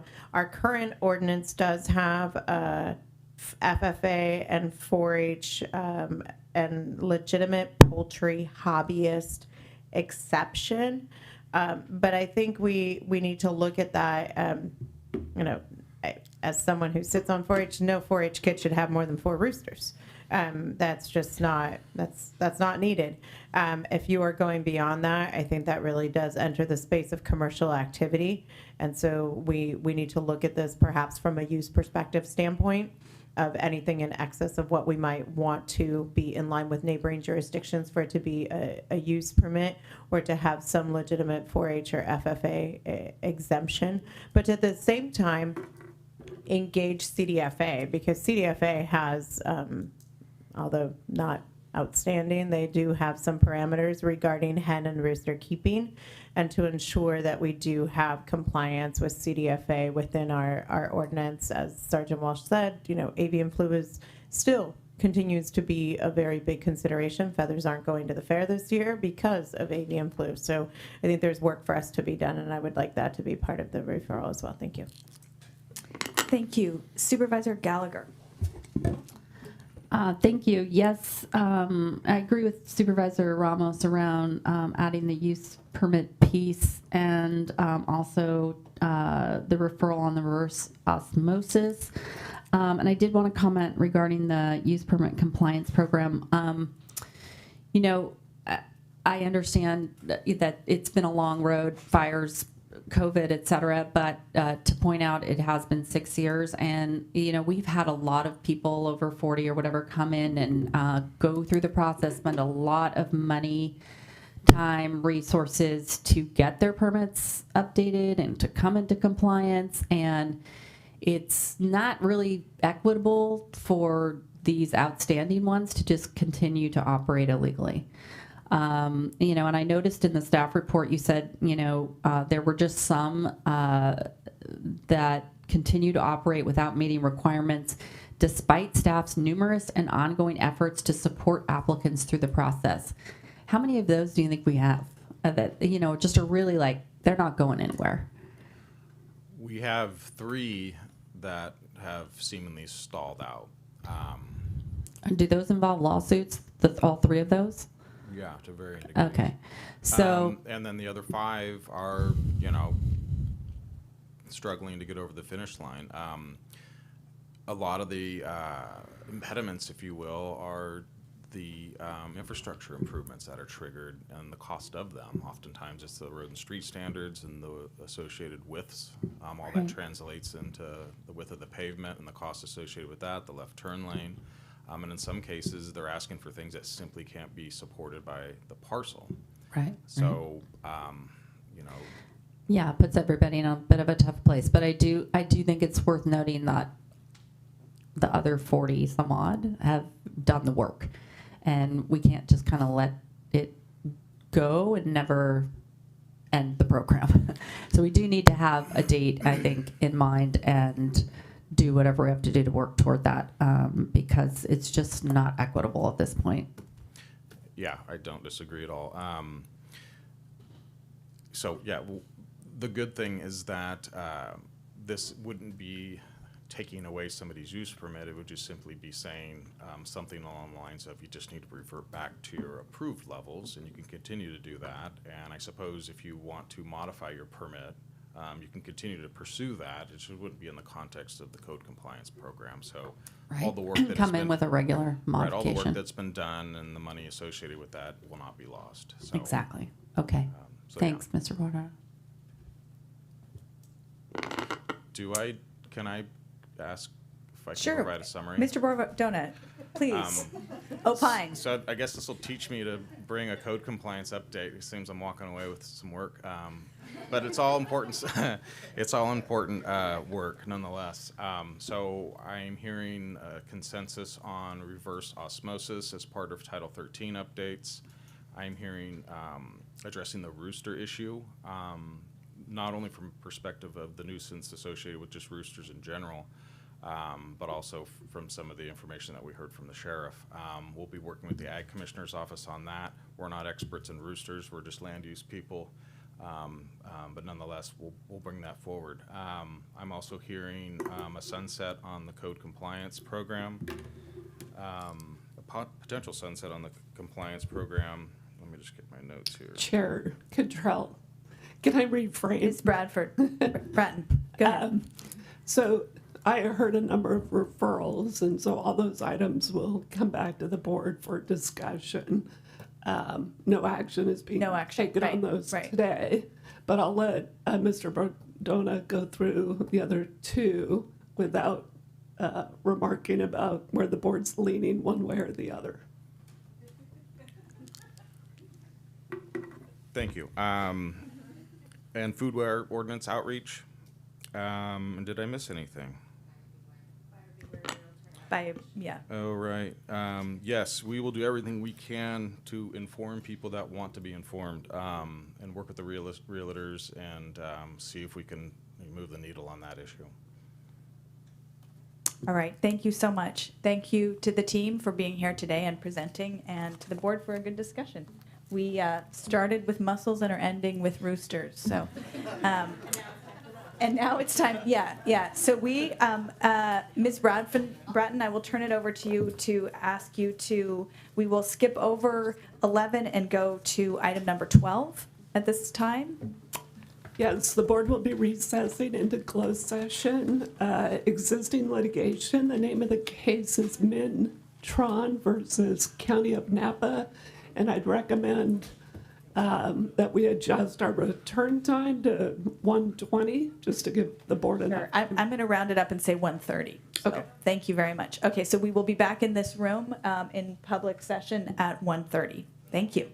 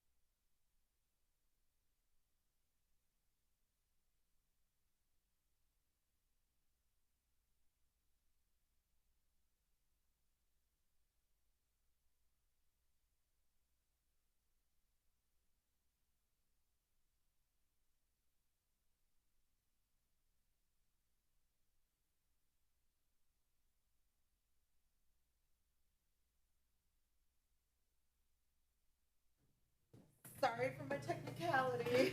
Ready when you are, Chair. Thank you so much. All right, we are back to our June 24th, 2025 Board of Supervisors meeting, and I will ask Ms. Bratton to report out on agenda item number 12.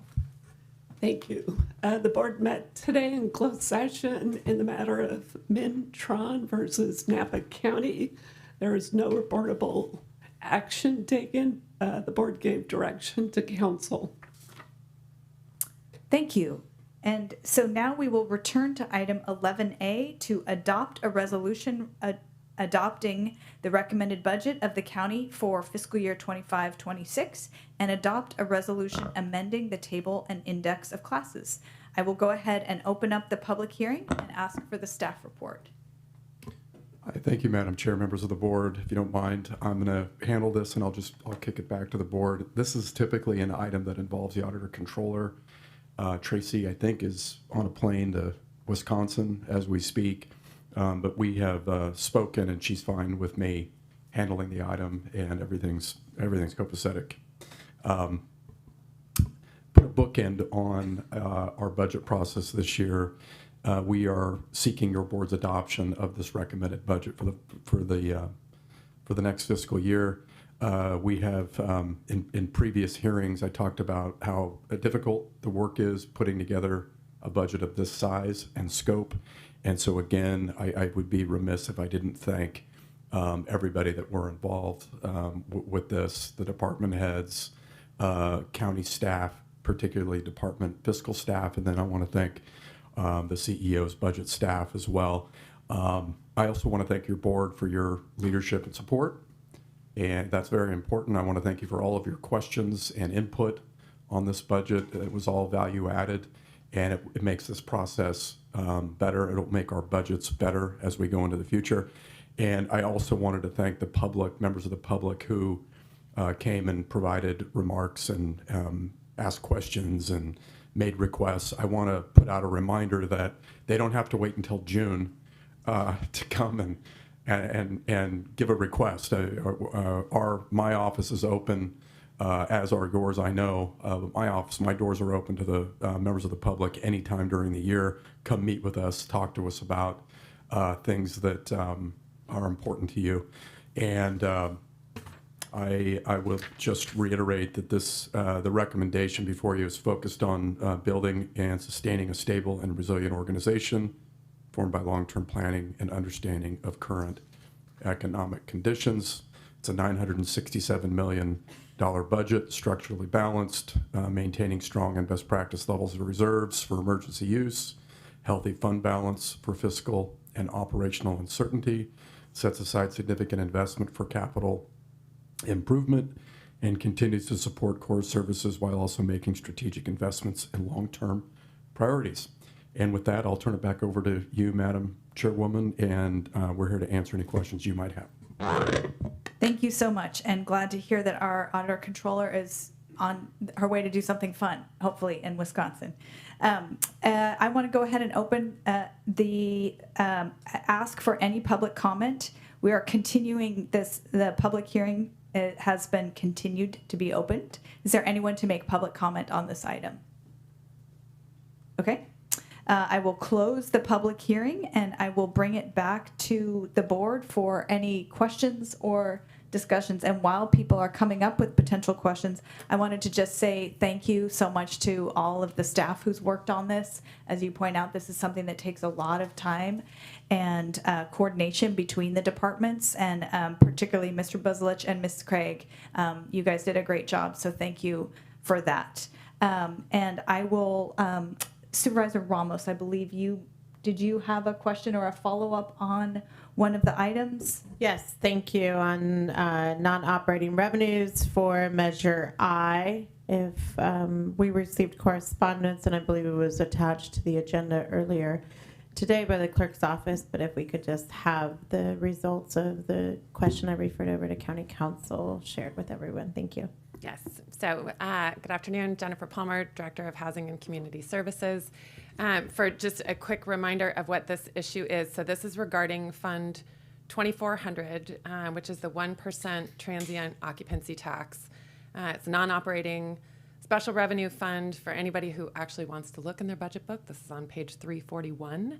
And so the question was originally from last week around a $75,000 transfer from Fund 2400 over to Fund 2080. The purpose of which in the budget book, and I'm gonna read exactly what was in the budget book, and then I'm gonna provide a little bit more clarification on that, and then the follow-up to it. So in the budget book under significant adjustments, what is written in there is that it is increasing by $75,000 in other financing uses as a result of funds to be transferred to Fund 2080 for costs related to the expansion of the proximity loan program to include home-based childcare incentives. So the background for what we're intending to do, to provide a little bit more clarity, is that during the issuance of the American Rescue Plan Act funds, the board identified and set aside a certain amount of funding to provide funding to incentivize additional childcare businesses, which gave the county this one-time opportunity to think differently about investing in childcare and quickly stand up a loan program that would support some creative approaches to that. One of the things that was a success that came out of that was one of those recipients paired their allocation of ARPA childcare funds with a proximity down payment assistance program loan in order to buy a slightly larger home than they would have otherwise been able to buy in order to provide home-based childcare. Which is a great utilization of independent funding streams in a creative way to help not only increase homeownership, but also local workforce and childcare. So the intent of this was to take a look at, like we did this on this one-time quick basis. It was not elegant how we pulled it together. I mean, frankly, like we did it and it's terrific, but we could do it better. And what I wanted to be able to do was do it at a time when we're not facing the need to immediately deploy a bunch of capital, but take the time to be able to plan and think about how do we best leverage existing practices, loan processes, annual monitoring, all of that, so that if and when the time comes that there is a separate funding source, we could do it again.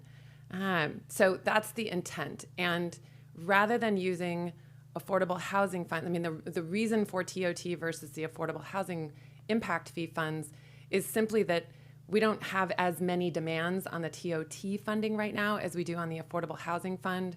So it just was an easier fund. I mean, frankly, either one of them could probably be a funding source for this. So this was really just the affordable housing funds are largely spoken for, and this was available. But this was not meant to imply that we would consider the TOT funds a funding source for childcare loans. That was not the spirit of it. It was to figure out how we could better align any loan program with the proximity down payment assistance program. And I will just acknowledge, like even as I read back over what went into the budget book, like that was not elegantly stated in there. And my only defense of that is at the end of this huge budget process, by the time we get to these little one-sentence significant adjustments, that brevity can be the enemy of clarity, and that I think was the case here. So in the spirit of what our CEO was saying, like we'll get better, I will get better at explaining what these things are, and I appreciate the opportunity to get a little bit more clarity in front of you. So what followed from last week was we did have County Council and Silva Darbinian in County Council's office took a look at Measure I and heard how we intend to use it and did an analysis, and that's what came to each of you that I think will be included in the agenda item, but I'll just read that analysis concluded that $75,000 can be used to explore the feasibility of expanding the proximity program and ways in which to create and pair with a child care program. However, it is questionable whether Measure I funds can be used to support any child care businesses as a portion of that program. If someone were to run a home-based child care business, they could conceivably receive down payment assistance for their home, which would be in that case workforce housing, and their work is their child care facility. But Measure I funds could not be used beyond that to support a child care business itself. If a program is established and paired with other funding sources, the use and source of funding should be tracked and documented to ensure that Measure I funds are used for the workforce and affordable housing services and programs and nothing else. And that would be a key challenge that we need to be able to focus on in for exactly what we want to be able to use the $75,000 to make sure that we can do it well as we do it. So I'll stop there and happy to answer any questions. Got it. Supervisor Ramos, do you have any follow-up on that? Okay. Thank you so much. And thank you for taking the time. And I think this just reminds us all of the conversation we had about how helpful the sections of narrative are and how we can never explain everything in one sentence. So really appreciate that. And also just a nod to the creativity about being able to say, hey, what else could we do next time? And being thoughtful about being strategic when we have a moment to be that. So thank you. Thank you. Other questions, Supervisor Alessio and then Supervisor Manfree? Yeah, and I want to thank Jennifer for that too. What a great way to optimize and check so many boxes that we're trying to achieve here. So whether it was elegant or not, you got there, and I appreciate you bringing it forward so we can move forward in a more elegant way, maybe. The only comment I really had from prior discussion was that I just wanted Measure U to be reflected in the budget, and I still don't see that on any of these attachments. I'm fine with saying it was going to be added there because it does become effective as of July 1st, which is this fiscal year. That's the only thing I have, and then otherwise, other than that, when there's time, I'm happy to make a motion to approve. Thank you, Supervisor Alessio. We'll hear from Ms. Craig, and then I'll go to you, Supervisor Manfree. Yes, we made notes of the many edits that were requested for the book, whether it was to expand on narrative or to make modifications to the table of contents or other areas. And those changes will be made, and then the new adopted book will be posted on or around the 1st of September and made available to everyone. Thank you. Got it. Thank you. Supervisor Manfree, and then Supervisor Alessio. I actually don't have any questions because the staff did such a great job of sitting down with me and going through the budget and answering all my questions weeks ago. So I just want to give a big thank you to the many members of staff. I had at least 4, maybe 5 meetings about this that were pretty in-depth, and it was really helpful. So thanks to everyone. Great to hear. Supervisor Gallagher. Yeah, thank you. I appreciate the process, and thank you to all the staff and for everyone's hard work and whatnot. I think for the future, I would really like to see a brief presentation by each department head. I think that could go a long way toward alleviating some of the issues with the narrative, which I know, there's a lot of back and forth between the CEO's office and the department heads and the system itself, and how, at what point the departments are no longer able to get into the system and all of those things.